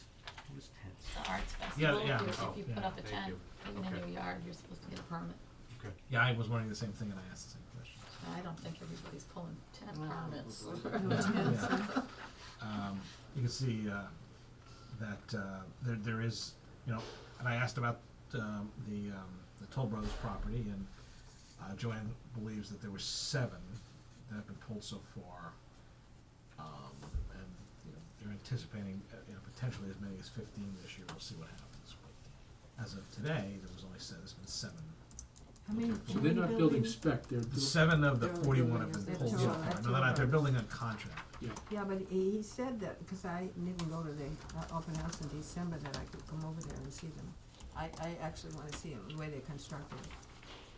Whether they're using good type of board. Very nice. So as time permits, I'll start to have some updates. I'll bring Bob and Joanne, and we can just go over some more of this if anyone has questions. I just wanted to start with this.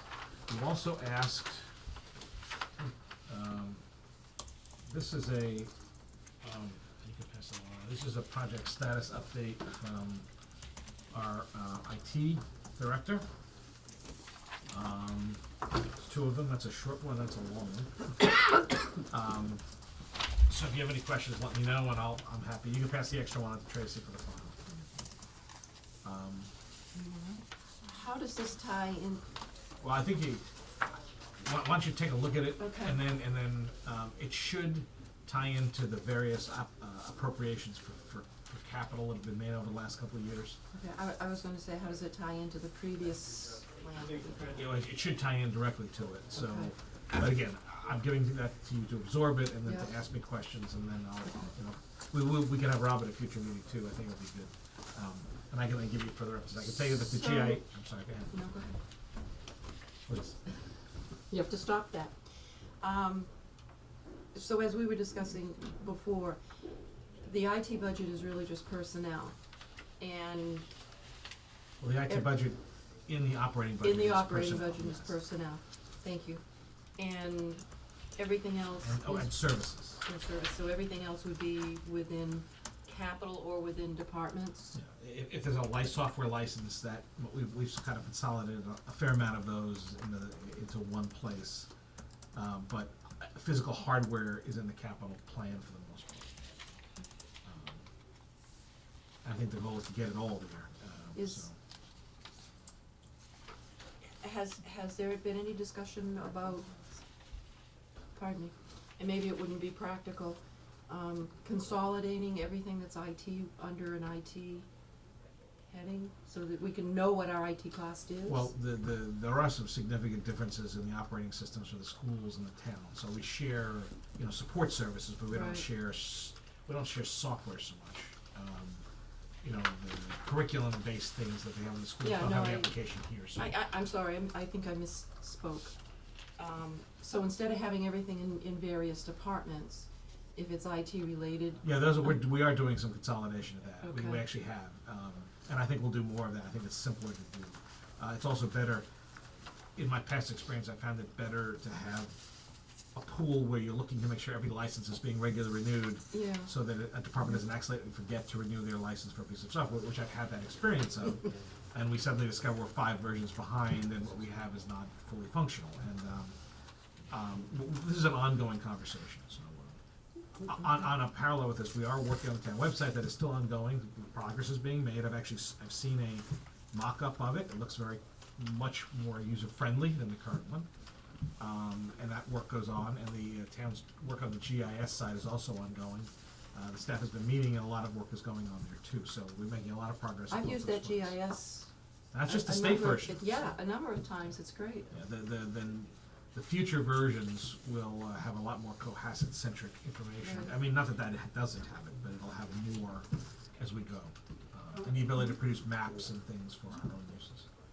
There are items here for the town hall. Would you be doing this since we're going to rebuild the town hall? Would that be? Well, I think most of this is really just it's upgrades. You know, Jen got an upgrade on her physical system. These are all movable. You know, They're you can move movable computers. things. Yeah, There's something you could use it on there. Yeah, Okay. We're not talking about doing any Yeah, okay. infrastructure work here that's not movable. We are talking about, by the way, about doing the doors. Yeah, I know, I just. Those are read. movable. I made sure, you know, to have a key fob. I think it's the exception. I think if you don't have a key in Cohasset to the town hall, you're not somebody. Apparently, there's so many of them out there. But just for one of the things I've discovered is I double check the door when I leave. I mean, it's because it's not always locked. If we use a key fob system, we can have the doors lock and unlock automatically, and we can, you know, if someone loses one, we can disable it, you know, and people can have access at the times they need it. And we'll get there. We'll get there over time. So I mean, we won't restrict access. It'll just be a little more contained. We won't have to make limitless keys. And then again, if someone doesn't need them anymore, we can turn off a fob or someone They're loses supposed to turn in the keys when they leave a committee or something. Nobody ever did. Yeah. Well, So they should. I did, and I they just- asked me why. Oh, no, I got I just some got that mine like 2 turned months in. ago. I didn't even ask for one this time But I around. think in an upgraded building, I think you need even have that kind of fob system on an office door, right? So you can have access on, which we did that in North Hempstead. You talking about proximity key? Yeah, Yeah. we actually, Yeah. we've been talking about having a combined ID access card here, Yeah. so Yeah, employees well, would that have a makes town sense. ID, which we don't really have at this point. I think it's, and eventually we'd go to electronic time and leave. That's a long-range goal, and then we could find a way of doing that too. But right now we're doing paper time sheets. It's a whole other story for another day. So that's the update on those. And I'm sorry, I interrupted you. No. Did you lose your train of No, thought? no. So you had also asked about there's this state law on late bill payment requirements, which I'll make copies of and circulate. You had asked about that at the last meeting, Steve, that we follow. That's how it works. We can't really legislate around that. You asked about electronic permit filing, so on in the budget conversation. That's the next piece of software. Once we get the town website and the GIS mapping up, we're gonna begin to look at, we don't have a whole lot of bandwidth to focus on multiple IT projects at once. So we gotta try to whack at one, get it done, and move on to the next. So that's the next one up in the queue, but we'll get there probably later this spring. Peter? We had a 3-year IT plan. First and second year were reasonably detailed. 15 was just concepts, you know, telecom, but no real detail. Will you be developing a more detailed plan with Rob, you know, throw out another 3-year plan so we have an envelope and a timeline, just from that point that you really don't have the resources to campaign multiple, but if we have a plan of this is what we wanna do, everyone will be more informed, and expectations will be reasonable. The short answer to that is yes, but as I've discovered, we're still kind of grinding through some of 13 and 14 at this point, so I want to close the loop on some of those, some of those projects, and then I agree, we do need to have that, and yes, I wanna sit down with Rob and work out the next 3-year plan on, IT infrastructure and software. Right, because, just as you said, you know, you don't have a lot of staff to do that, so they have to be linked, not ganged. Yes, yes. In fact, when we finally sat down, one of the things that's changed the dynamic here is, you know, Rob is, can't do everything on his own, and we need to be tied in with each other, so we have multiple people working on the website now. It's not just, I mean, he's done a lot of great work, but he's now the center of the wheel as opposed to the entire wheel. And the same thing with JAS, we formed a staff committee, and people have various roles, and now it's moving because, you know, you share the work and you move forward. So I think that's the goal of going forward for some other pieces. I hate to ask this question, but will that cost fit into the existing budgets? Yeah, I'm using existing staff, I'm not. And Socia Votek was talking about the possibility of getting some help from the students. Yeah. Rob has already done some of that. We actually have a couple kids that help him do some work. Yep.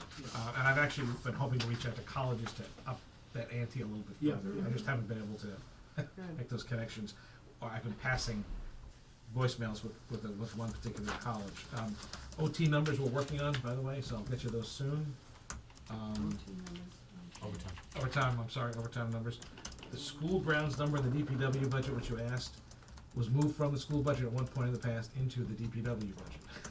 And it's summer, it's work just for, it's part-timers just in the summer. So they're just doing outside maintenance in the summer, and it was once in the schools and it was moved to DPW. That's what Carl's message to me was. And I think, and gas, by the way, cost is allocated. People have cards, Mary gets it, and it's allocated out based on who used what. So how is it that, I think you pointed out that Yeah, Carl spends a fair amount of time balancing that out? Well, I people have to be good about where they get their gas from, and I think he's been, the big picture stuff's under control. I don't know if little equipment is the same. I don't know that anyone has little equipment, but I have to talk to him about that. He may have been just giving me some old grievance that I think may be now under control. Well, I guess the question is, can somebody operate that without a card, or they must have a No, card? I believe that you have to have a Okay, card. they must to have a make it work. card. Right. Chip key. And now, I mean, But Mary, wasn't there something about, he has to pay for it out of his budget somehow? Mayor Gallagher put a certain amount of money in DPW budget for gas, diesel, and I do not a monthly, but every time I get a delivery of fuel, I do a gas bill. It reflects everybody's departments of what they're using for fuel. Then that money is supposed to go back into the DPW gas and diesel account for the fuel that they use. So is there a shortage, like the end of fiscal year, is that when you run into a shortage There of money? is a or- shortage because not enough money was originally allocated. it's under budget, And we're under in a flux budget. contract with, Yeah. the price of Is there a fuel. recurring fee? yes. Is it always under budget? Every year? So we could go to advisory though, right? Santa No. No. Unanticipated is the word that I would use. Anticipated. Well, we're working on, Make that case. Our trucks You went ought to out be a able, lot. you ought to be able to fund through gasoline. It's Yeah, not an yeah. That's emergency true. and it's not unanticipated. Yeah. If you're Especially if there's a over trend. every year a certain percentage, you should have that in your budget. Okay, so Yeah. we're Like I working said, on it. unanticipated. we're getting there, and Yeah. Everyone, again, DPW has been great, and we've been making a lot of progress, so those are some of the highlights that you asked me about last week. I just wanted to make sure I addressed them in open session. In your discussions with advisory and capital, have there been any revisions to the budget that you gave us? Are we gonna get an update? Yeah, we'll talk more. The Okay. advisory asked some questions about some personnel costs, which I've done some more research on, and I'll share those with you as well as I share them with them, and I'll send you an email and we'll talk more. There were some union contracts that were settled, and the money was in a separate article for settlement of union contracts, which were not fully reflective in the operating numbers as they showed. I mean, the money was there, but just a different pool. So 2015 is fully reflecting those costs. The 2014 So it looks operating like a budgets higher were not. increase. It looks like a Big higher, jump. yes, it looks like a higher increase than it really was. Yeah. The money was there, it's just in a different pool. So now I'm working with Mary to create a spreadsheet that shows the Lays level. it out. Yes. Yeah, okay. So the money was always there, it was just in a different place. There's an explanation. Yeah, there's a legitimate explanation. So that got us a big chunk of that way, so. Good. And again, we just met Thursday, so really, that's what, other than the warrant and the That is budget, the that's pretty much where I've problem. been living, so that's my update. Well, you've created such high expectations for us that, Do you want anything else under town manager update? That's kind of. Yeah, unless you have any Okay, questions, no, tell me no. that you want me to answer. Selectman comment? Who wants to go? At this hour? No, well, I mean, I just have a question that I don't think can be answered this evening, but I think you brought it up last week, Mr. Chairman, when the acting police chief was here, and we have this letter from the Red Lion Inn. So, what is, I mean, Chris we, has got it. I can update you on that, okay? I did speak to the Okay. chief today. A new, excuse me if the lingo is wrong, manager has been named and that they're being vetted by the police now. Okay, So, yeah, the process is in place to update their license, or the license holder, I'm sorry. to notify the town of the change. Yeah, so that has happened. I actually have a separate question. Yeah. You and I briefly talked about this today, but it occurred to me later, one of the things that arose in our training session was identifying the parties involved in the ownership of the establishment. And the letter notes that Mr. Odelheiden was in a position to relieve the previous manager of his job. And my question is, as a licensing authority, ought we not ask what his role is? Yeah. And that's, That's true. what is what is his role? Because if he's an authority to relieve managers of a job, that would indicate some superior management capacity. And that's, I don't believe, understood under the law as we see it currently. Not the law, we see the law. I mean, under we the see- corporate structure as we perceive it. Under the corporate Right. structure as it's seen currently. Yeah. And it's one of the things that arose out of that meeting, and I was very surprised by the time and the effort that the trainers spent on that. So, that's all. Okay, Yeah, that makes sense. That was it on the red line for now. yeah, okay. Go ahead. well, I just,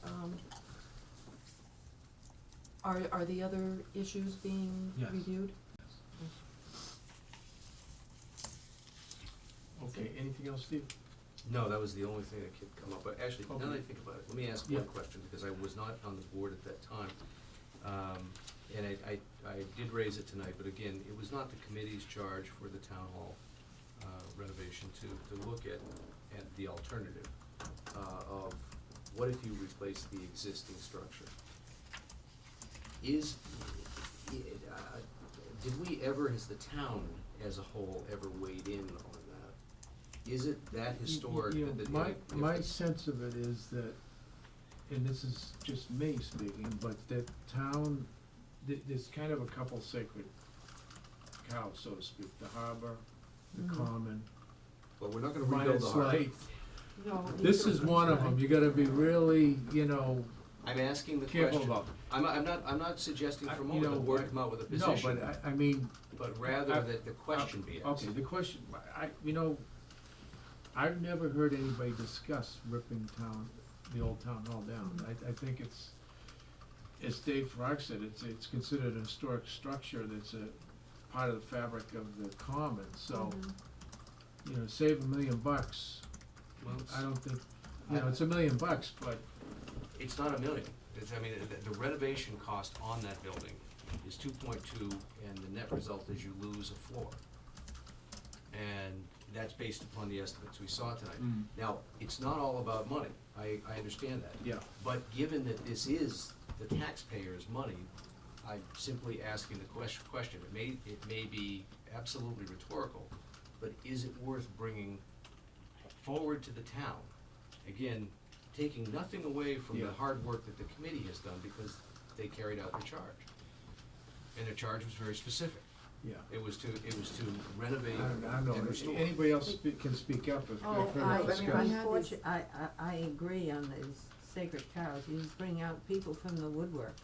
That's fine. But I'm happy I'm to just do that. picturing coming That's down the with job. the well, pitchforks and the the flaming, you know, we're the selectmen. For let me asking, at 'em. for asking a question. No, That's- no, I'm saying if we Yeah, took a vote to do it. I'll take the I pitchfork. wonder too, and I don't know the answer, but there seems to be some issues with ADA compliance with that second floor, so Right. even if we did that, would we still have that floor?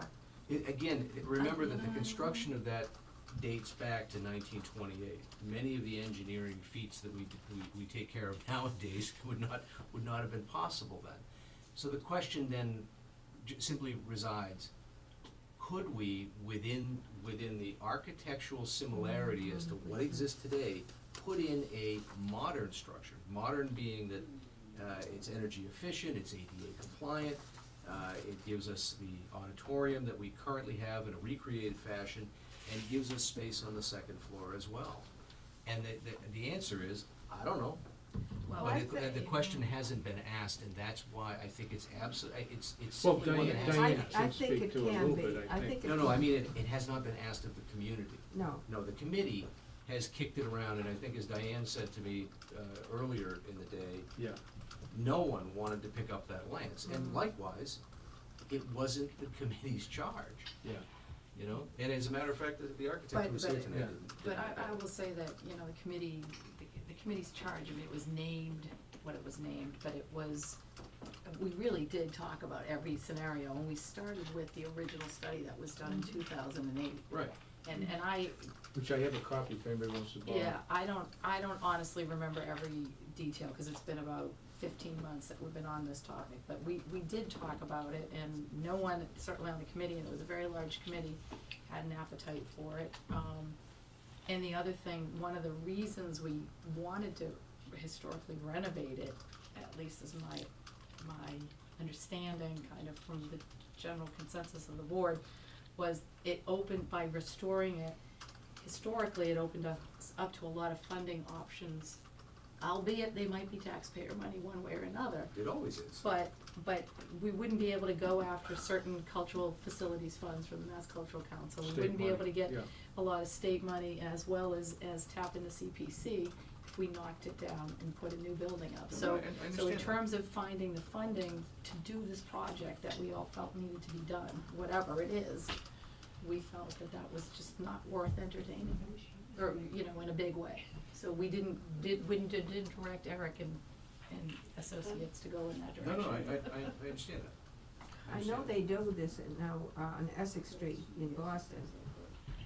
They are doing that. They've left the facade and they're building behind and so forth. But it looks very strange because on each side of it is modern and they've got this thing in the middle, and I think it's. Well, you can't control your neighbors, right? So. No, but the neighbors were there, and then they kept it, the way they did things was The not very. Boston's done a nice job with saving a lot of historical facades and Right. building Yeah, behind it. they've done that, yeah. I find the very same thing in, you know, again, just because I Yeah. was there recently, Charleston has done a fair amount of that. Oh, I know that. I'm interested in things like that, so And I simply asked the question because. So why don't we do this, if somebody has expertise in this, get in touch with Steve and, I tell you who. Said Todd Goffin. Yeah, I tell you who would you might know- know, the Cohasset Historical Society, they have various people. If you call Kathy O'Malley, she may know. No, it's not information that I think I need to acquire, but whether or not that, you know, as a whole. Well, you see, if we Does have, the if we town- talk to somebody and have the information, then we can tell it to the town, you see? Well, it's, again, I'm not looking to tell the town anything, but rather ask them something. No, I wanna ask them something. okay. All right, that was a good exercise. That was a good exercise Okay. in vernacular. It's now 10:10, we are reaching our I'm done limit. asking. They're getting punchy. Yeah. Diane, any comments? Okay, Karen, Is that what we did? Martha? No, I think we've Okay, commented enough. minutes for March 25th. Yeah, I didn't see anything. Okay, I I got it. don't I know. saw a couple Grace. of things. I get a text apparently the audio was extraordinarily scratchy. I've been getting that all night. Oh. Is that for my husband? No, yours was I said, are you listening to me? I'm scratchy. Really scratchy. Oh, look at it, it's blinking over there. But it's been that way all night, I got. Is it? Is it mean the Oh, it looks like a connection for loose bulbs? connection. Yeah, or the bulb is going. So maybe we should have the wiring checked. I mean, the way that's Put it on Rob's list. flashing, Yeah. it looks like a loose connection somewhere. Or All the- right, well, let's, I still just think follow maybe it's tomorrow. the bulb is burning out. State-of-the-art electrical equipment in the building. Okay, March 25th minutes? Squirrels in Yeah, on page, one, two, three, Yeah. the housing, the second line, housing authority is actively. Oh, yeah. Give you this, Tracy? Yeah, Yeah, Got it. With, Activity changed to actively. Actively, and under the selectmen correspondence, I don't know whether it needs to be included or not, but I know that Peter mentioned, I think it was Peter mentioned that the AEC had done research on the hydrology, was it you? Yeah, Yeah. hydrology in the Gulf. And we were gonna check into that. And we were gonna check into that and, maybe refer this to the AEC. Very good. Any other changes? We didn't, we voted, we didn't vote, it doesn't reflect that we voted to come out of executive and into open. That would be in the executive session minutes. Oh, okay, Yeah. all right. Never mind. Okay, do we have a motion? So moved. Do we have a second? Second. Discussion? All those in favor? Aye. Opposed? Okay. Next meeting's, Monday. So we're gonna Monday. lock in the Monday, April seventh, just to be Yeah. clear, okay? We'll have a wrap-up of what we have. I have to lock that agenda by Thursday? yep, At noon, correct? Friday. No. No, for Oh, Monday. Monday. Yeah, it's Monday. Oh, it's a Monday meeting. then, Yeah, yes, it's gotta be Thursday. Thursday, Yep. so, Thursday, yeah. if there's anything I won't be else here. to go on there, let me know by Yeah. I think we should just focus on the warrant. I think it's pretty much what's Just Yeah, the yeah. warrant, Warrant budget. warrant Okay. budget. I have no topics, One last Yeah. item of the Well, meeting. I've been asked by the moderator for you to consider, if you, in the unlikely event that you had to go to a second night, what it would be. Yes. I think the thought of going the following night, the Tuesday, April 29th, just in case. Well, he made didn't you, reserve that? Well, that's what we're talking about right now. I think we Do need we the need to, momentum. do we need to go back in? In where? Into session? You haven't exited We session. didn't vote. adjourn. Oh, we didn't No, vote? no, Oh, no. we didn't vote. All right, sorry, I had everything. My name is I think you have the momentum of, Monday night, if you gotta go to another night, it should be the next night, Next or you night. lose I really momentum. do. Okay, Yeah. Yeah, so we will just, I will let the moderator know that and Yeah, You- and what- worst case Wednesday, I mean, it just, well, this is watching this. but One hopefully, year- hopefully we'll get it done Monday night. One year. No, I think that's the goal, but Yeah, you gotta be, I One was year, asked to be many prepared. years ago, Chris, they had 4 sessions, a long time ago, and I knit a pair of socks.